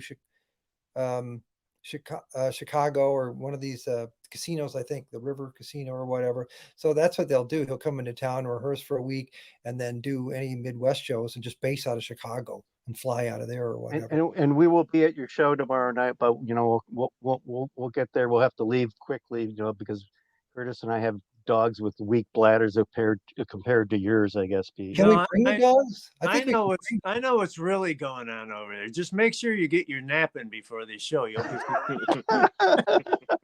I knew he would figure it out. I knew it. I knew he would, Hey, They've got to be home by 9:30, looking at the inside of their eyelids. Wait, Hey, Us old people.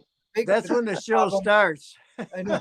The biggest problem is me driving home when I can't see at night with the headlights and, driving home at midnight going, oh my God, I can't see anything. Yeah. That's the worst part because I can't, see at night driving. It's terrible. just Well, do what I do. I'm kind of miffed at you, Pete. Anyway, you called me that, I resembled your Hungarian dog because I'm Hungarian. Well, right. So your eyesight's got to be good. You kind of look like a fish. Not. He's And a Curtis hunting, and I he's have a and hunting Curtis dog. and I have neurotic dogs. He doesn't have a problem seeing in the dark. He's a hunting dog. Yeah. Right. We just have neurotic dogs, Curtis. Yeah. Well, let me tell you, Vizslas are neurotic dogs. Yeah. And, Actually, Andrew's got a dog as well, Peppa. All right. Yeah. The channel dog. Every channel's got to have a dog. It's in the rule. You got Hey, it. should we bring all our dogs up right now? Yeah. It's what we call the shop dog. Oh, Yeah. Yeah. That's exactly it. Yeah. See, every show's got to have a dog. All the best shows. That pedal show, they've got a dog. So have we. So you have 7 people in your band. What are all the instruments? I mean, obviously you have a couple guitarists. Yep.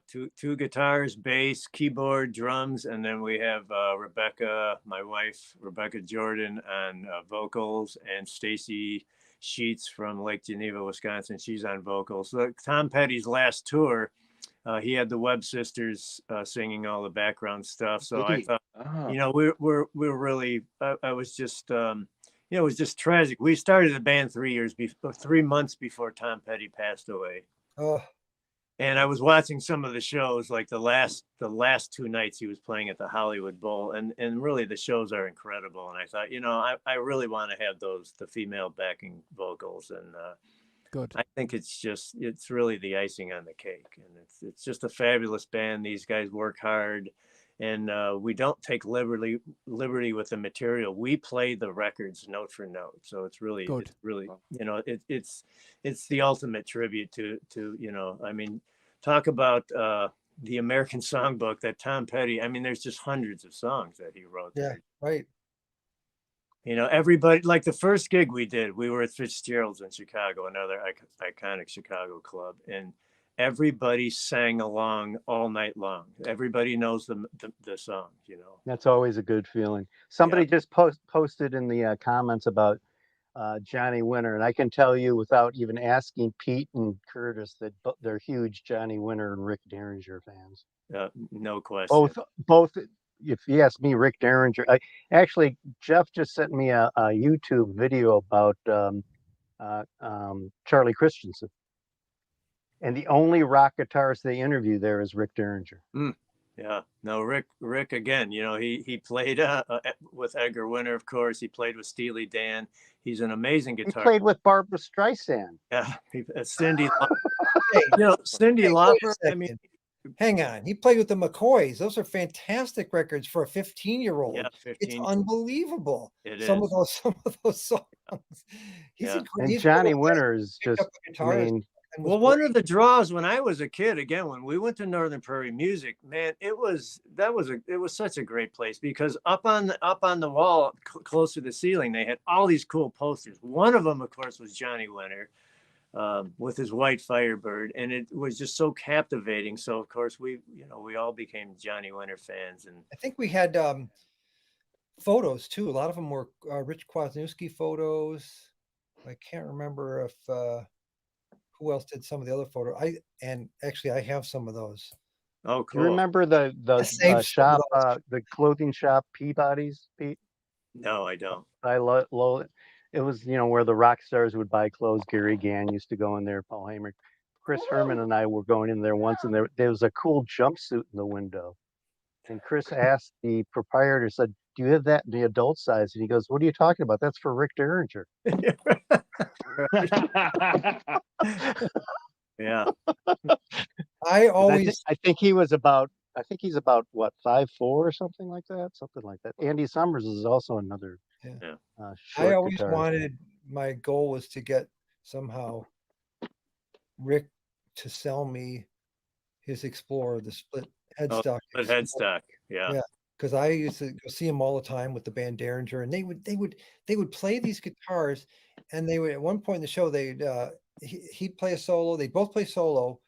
Who's the other guitar player? Now I'm blanking. Danny Johnson. Danny Johnson.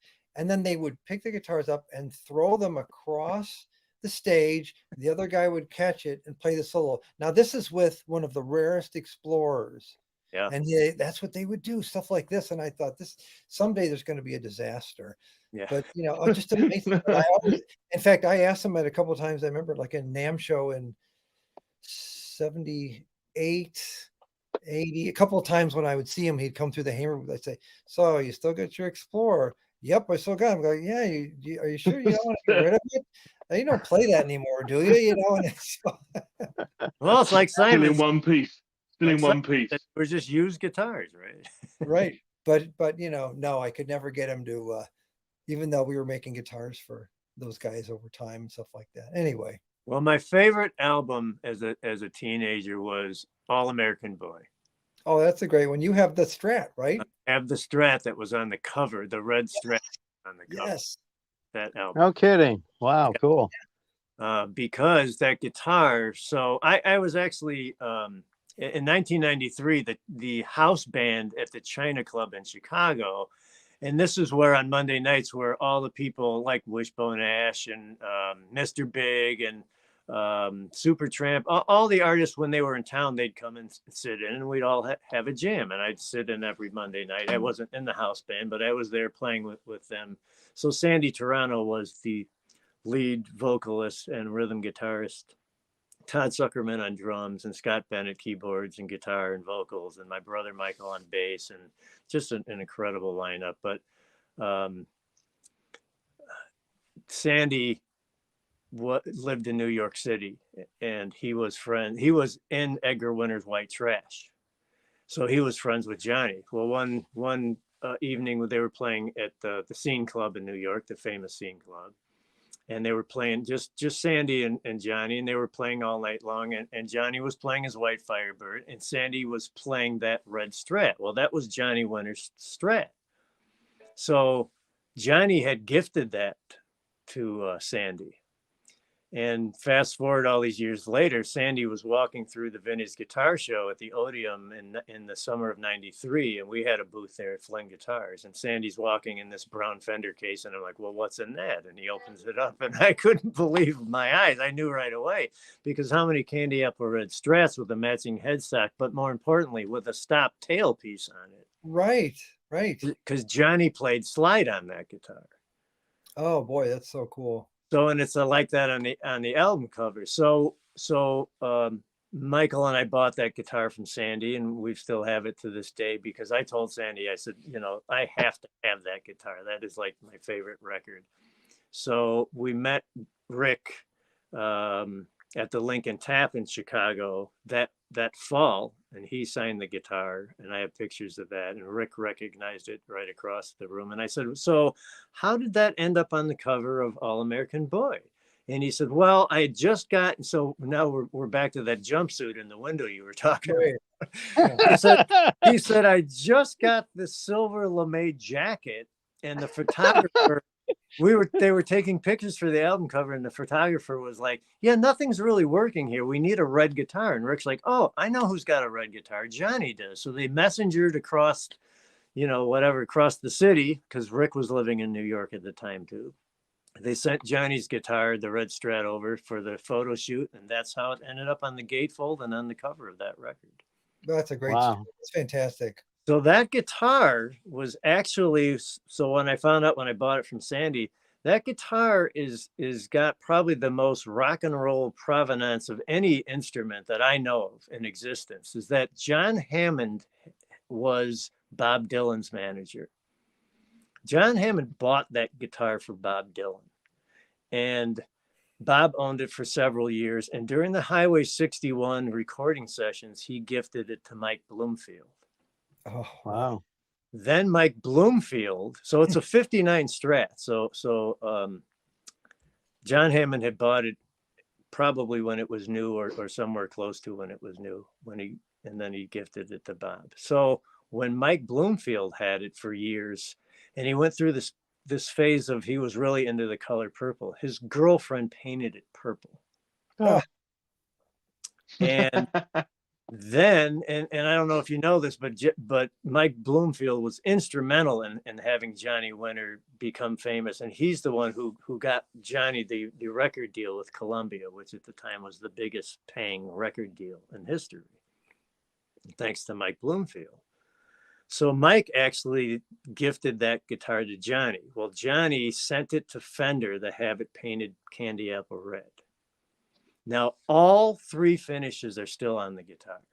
Oh, wow. Because Sandy toured with it with Edgar Winter. So through the paint chips, you can see the purple under the candy apple red, and Wow. you can see in the neck socket, you can still see the original 3-tone sunburst. So all three of those finishes are on there, Wow. all three of those guys. So That's great. That's fantastic. I finally met Johnny when I was working for Dean Zielinski, because we had made Johnny's last guitar. It was the Johnny Winter signature guitar that we'd made for Johnny. We met him at the Evanston Space and handed him the guitar, and I brought along what I call the rock and roll Hushiku Strat, and I set it on the table, and Johnny, his vision was very poor, but he gets right down to the guitar and he looks at it and he says, who did you get this guitar from? And I said, we got it from Sandy. He says, well, of course you did. Because Johnny, when he gave it to Sandy, he actually, after a few days, he asked for it back, and Sandy's like, you gave it to me as a gift, I'm not giving it back to you.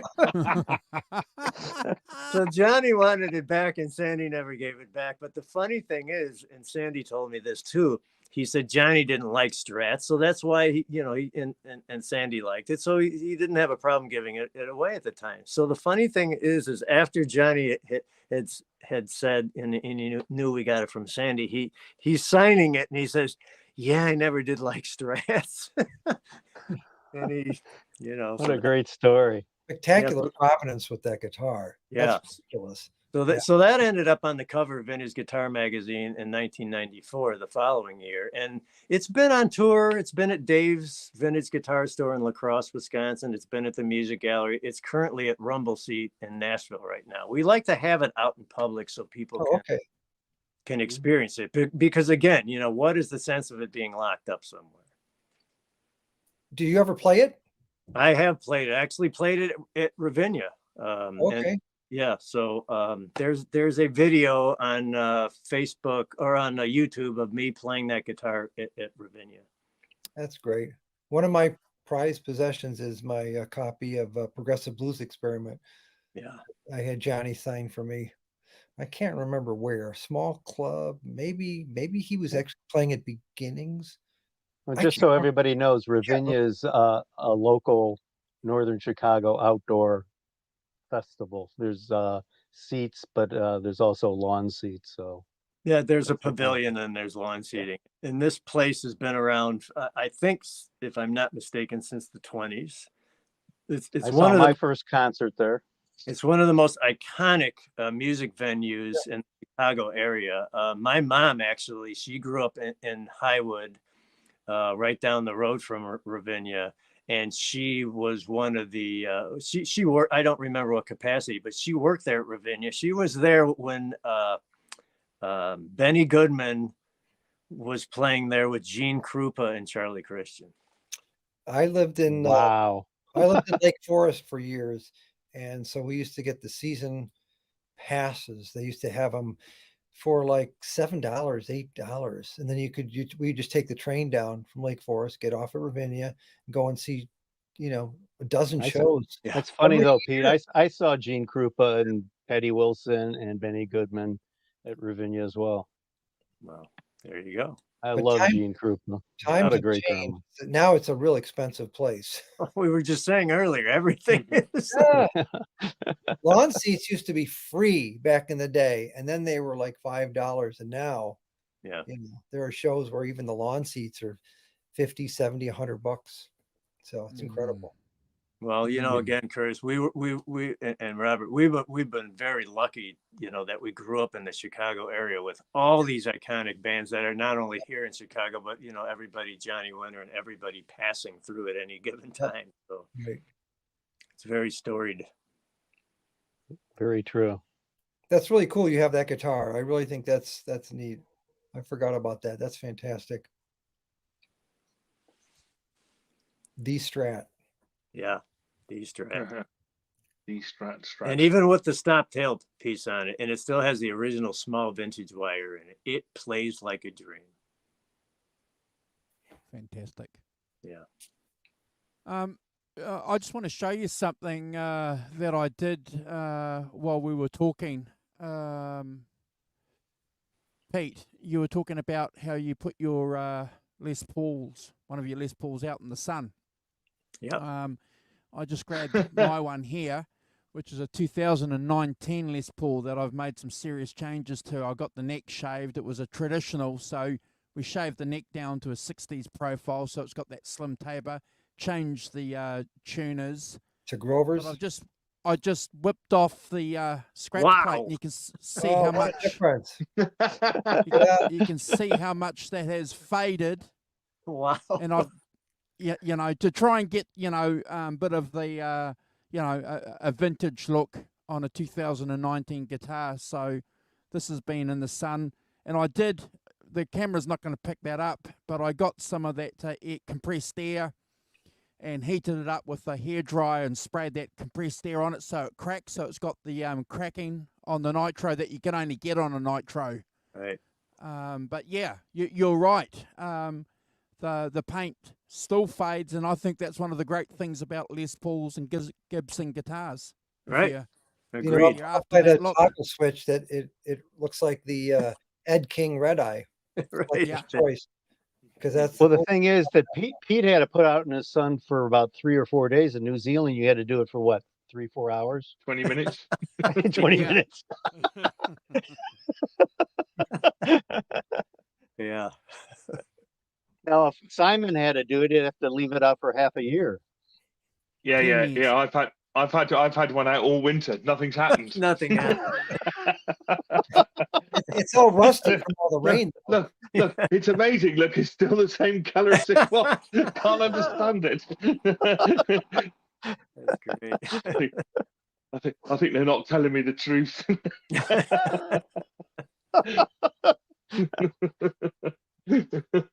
Pete, do you find Rickenbackers hard to play? The thickness of the neck? Well, the 12 strings, what Rickenbacker did with the 12 strings is they never changed the nut width from the 6 to the 12. They just crammed 6 more strings. Yeah, that's crazy. Yeah, I remember that. It's ridiculous. So it's very difficult to finger, a But I 12. like that. I'm going to say I love that. Do 'Cause you? then I Yeah. would play them because then I could play them as fast as anything. I didn't have to, have a nice wide neck or anything. So to me, Yeah. it was cool. But Yeah. Well, my double neck, when I first started the band, I had a Dan Electro 12-6. and the Dan Electro has the regular wide 12-string nut to it. So I got so used to fingering that when I tried to play a Rick 12, I couldn't do it. So the double neck I have actually, a friend of mine, luthier, had built that for me.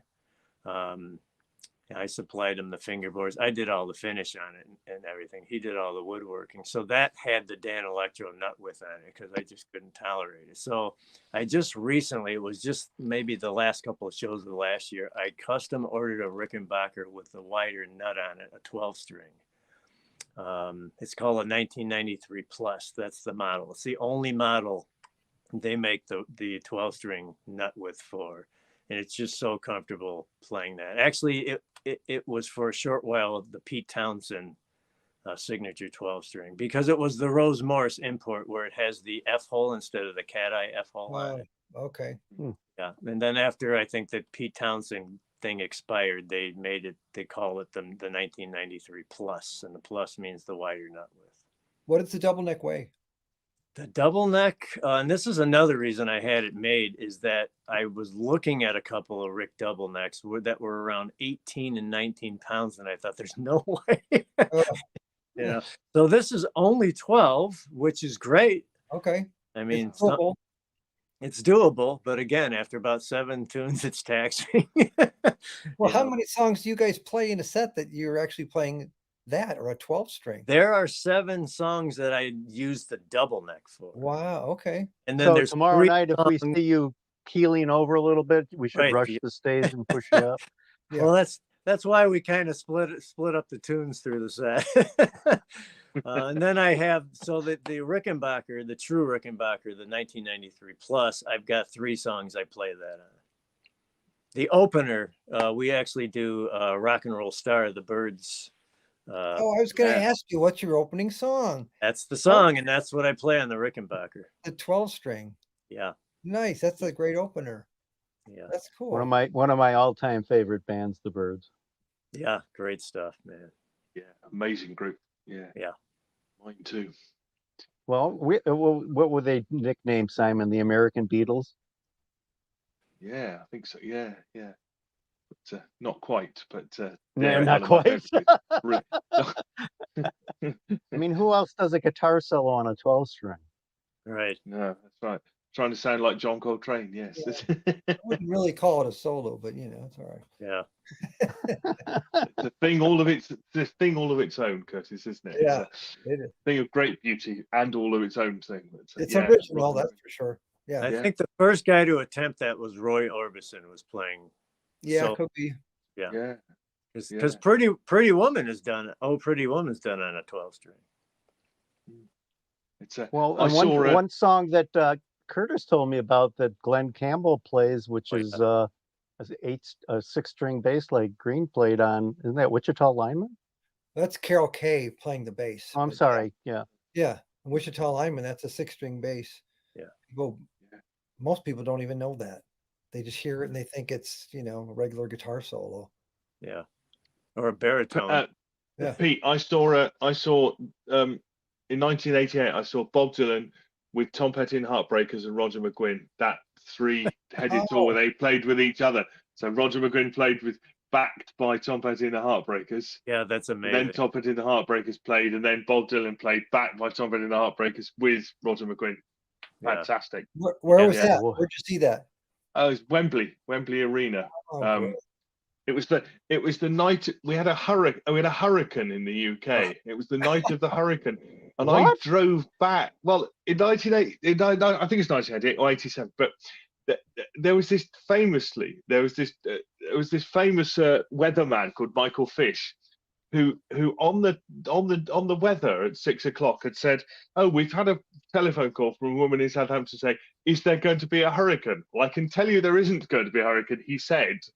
And then there was this massive, blew over thousands of trees and stuff. And I said, well, I drove back through it, not realizing, and thinking to myself with some other people in this car after this gig, thinking, it's really quite windy. That's very odd. I don't normally get this sort of wind. Yes, I got home and my wife said to me, "Are you all right?"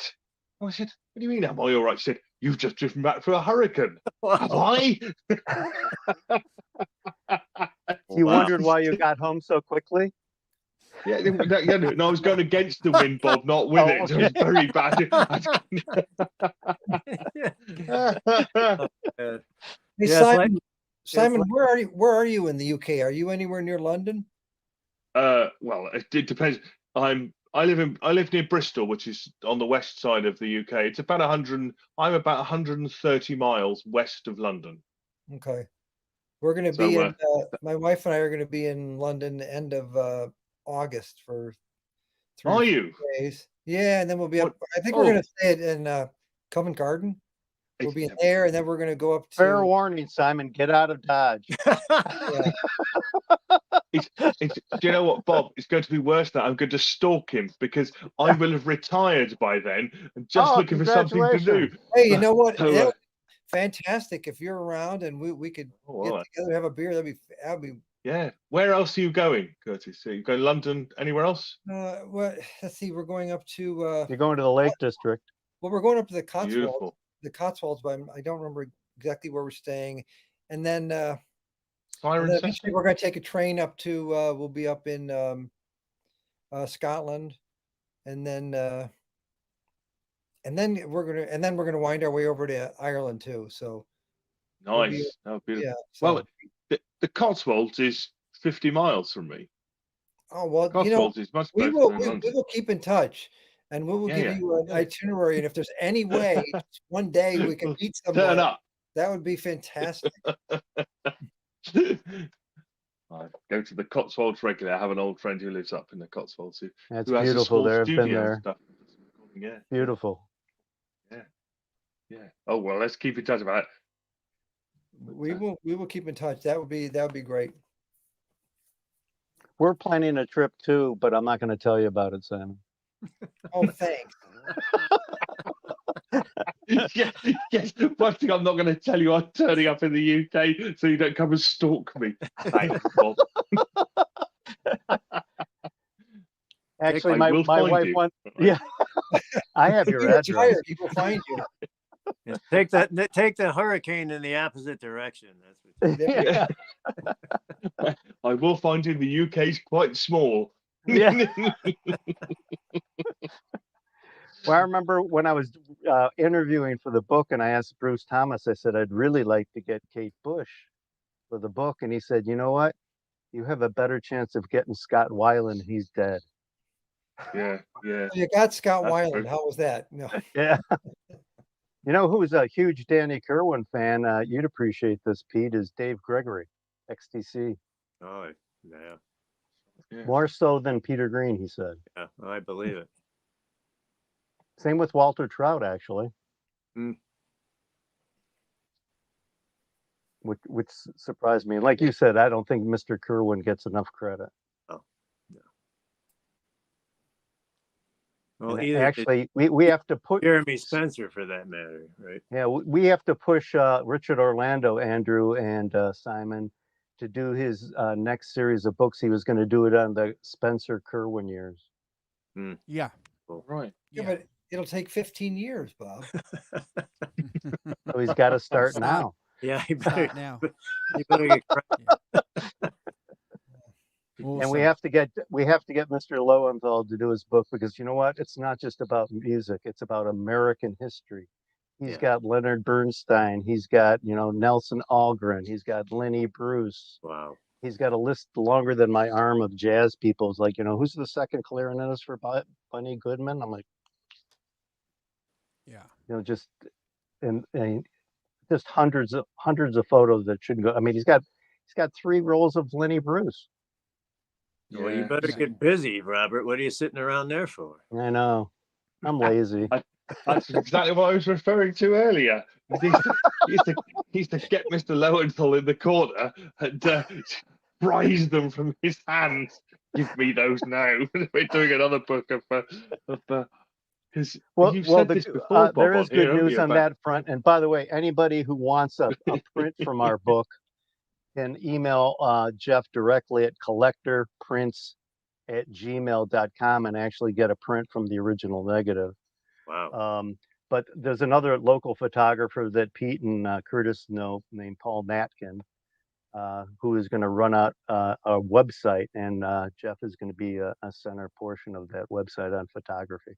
Oh, great. Fantastic. That's And if you're watching on replay, I'll include that website in the description, folks, for you to go and check that out. Have a look on the description already. You've got a link there to Amazon. There's numerous other places where you can purchase Jeff and Bob's book, but Amazon's always a good place to start. Go and support Amazon. And there's some websites there to Pete's Facebook page and also to Pete's website that we featured here when we were having a chat earlier on. So there's a lot of good information, a lot of product on Pete's website. Go and check out Pete's website. Mention to Pete if you're watching on replay or if you're here live and you want to get some gear off Pete, mention that you've been watching or you got the link through the 5150 show. I'm sure he'd appreciate that. And we also had the opportunity to feature his Tom Petty band here on the channel as well. Pete, we do look forward to getting you back to join us, specifically when we do a Tom Petty show. I had no idea that you were a Tom Petty fan. Yeah. Tom Petty is a big influence in my life, so I'd love to get you on the channel and we can talk Tom Petty. Have you ever done ranking the tracks? Yes, we have. We've done the first album. Oh, wow. Yeah, okay. We've done the first album, so we'd love to get you on to talk Tom Petty, Pete. I would love in the it. future. Absolutely. Fantastic. And the fact that I'm glad we were able to introduce Pete to you, Andrew, and Simon, and madness. He's got some. Fantastic. We only touched the top of the iceberg. Right. Oh yeah, 100%. And the fact that you're in a tribute band and you know gear, we love talking about gear, Pete. And Chris, very good friend of ours, who's here in the chat, made a comment about he loves coming on here because there's a lot of channels that talk about gear, but the fact that people are saying that you can enjoy and be participants about that and on that topic here on our chat is always a great thing. So we'd love to do that with you. I'm going to do one special shout out again to Chris because he's just mentioned that Slash has got a new song out with Chris Stapleton doing a version of Oh Well, and I've just been listening to that while we were talking, and I have to tell you, it's incredible. It is. It really is. I heard it this afternoon. And then Peter Green continues to lose that bet with Mick Fleetwood that it would never be a hit song. Yeah. Yeah. It's phenomenal. It's phenomenal. And I do look forward to seeing Chris Stapleton when he comes to New Zealand next year in March. I think he's coming with Marcus King as a support act. Yeah. So we do look forward to that. Pete, thank you for joining us. Thank you for coming on. And as Bob said, just scratch the top of the iceberg with us. You have a permanent invite here. If there's anything that you want to do as far as promote with your channel and with your business, please let us know and you can come on here anytime. That's what we try to do on this channel. It's about supporting our friends. So you've got a permanent invite here with us. Well, I really appreciate it. And my last piece of memorabilia tonight is my signed Peter Green 45 record. Wow. Nice. Yeah. Fantastic. Very cool. Fantastic. Thank you, Curtis, for joining us. Thank you, Bob, as ever. I'm going to get the Rock Professor quickly to go through and do a shout out to everybody, and we'll let people go and do things that they need to do on a Friday or a Saturday. Right. Yeah. Like, so Hugh Caldwell, Hugh and I from the UK up at 3 a.m. What we're doing, but anyway. Oh, by the way, I owe you a can of coffee, Simon. Yeah, you do. Yes, I'm expecting it any minute. 3 a.m. 3:13 a.m. It is. I think he'd prefer a pillow and a mattress as to a Yeah, pie. that's happening in a minute. Thanks for coming on and doing that, Simon. We're really glad you Oh, jumped in. awesome. Nice, you know. Yes, Oh, thank yeah. you, Simon. Thanks.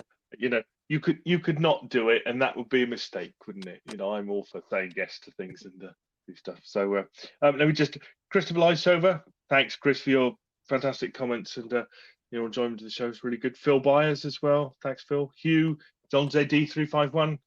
Fantastic. Good to see you, John. Hopefully, we'll see you on the when are we Sunday morning. A late one for me. Who else do we have? It's only 7 o'clock. Hardly anything at all.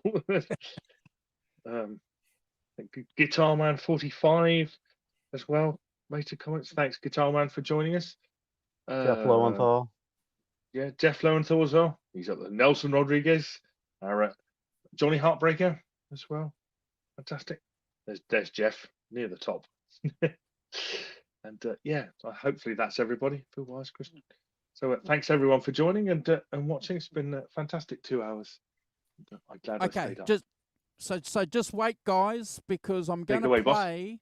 I'm going to play the song now towards the end, and if there's a copyright issue, if we get blocked or anything like that, it's easy for us to edit out. So let's see if we can get away with doing a reaction video on YouTube if you guys want. So we'll do that.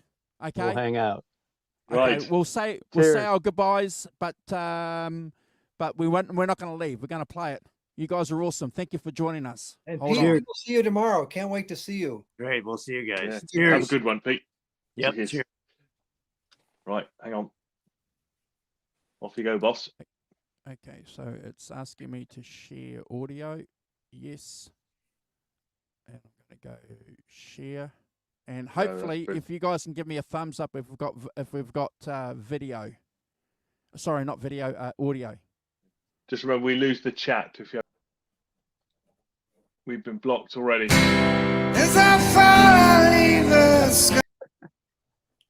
We've been blocked already. On my iPad, it says stream Already? unavailable, suspended for policy Okay. violations. How dare them? Okay. Oh, That was we'll- quick. Well, we could hear it. We better end this now. We'll end this now, guys, and we'll police are have on to the way. edit that out. Or the police Yeah. are on their way. Yeah, you we'll will. play the end Yeah, video. yeah. You guys are awesome. Yeah, bloody hell, YouTube, eh? yeah. Bye-bye. Well, Bye bye. take Thanks, care, guys. guys. Everybody. I'm Bob, off to see you bed. tomorrow. Sleep well. See you Fantastic. tomorrow. Simon, Take care. Great. Take care. Don't you guys don't leave yet. Don't leave. I'll just play the final video and yeah.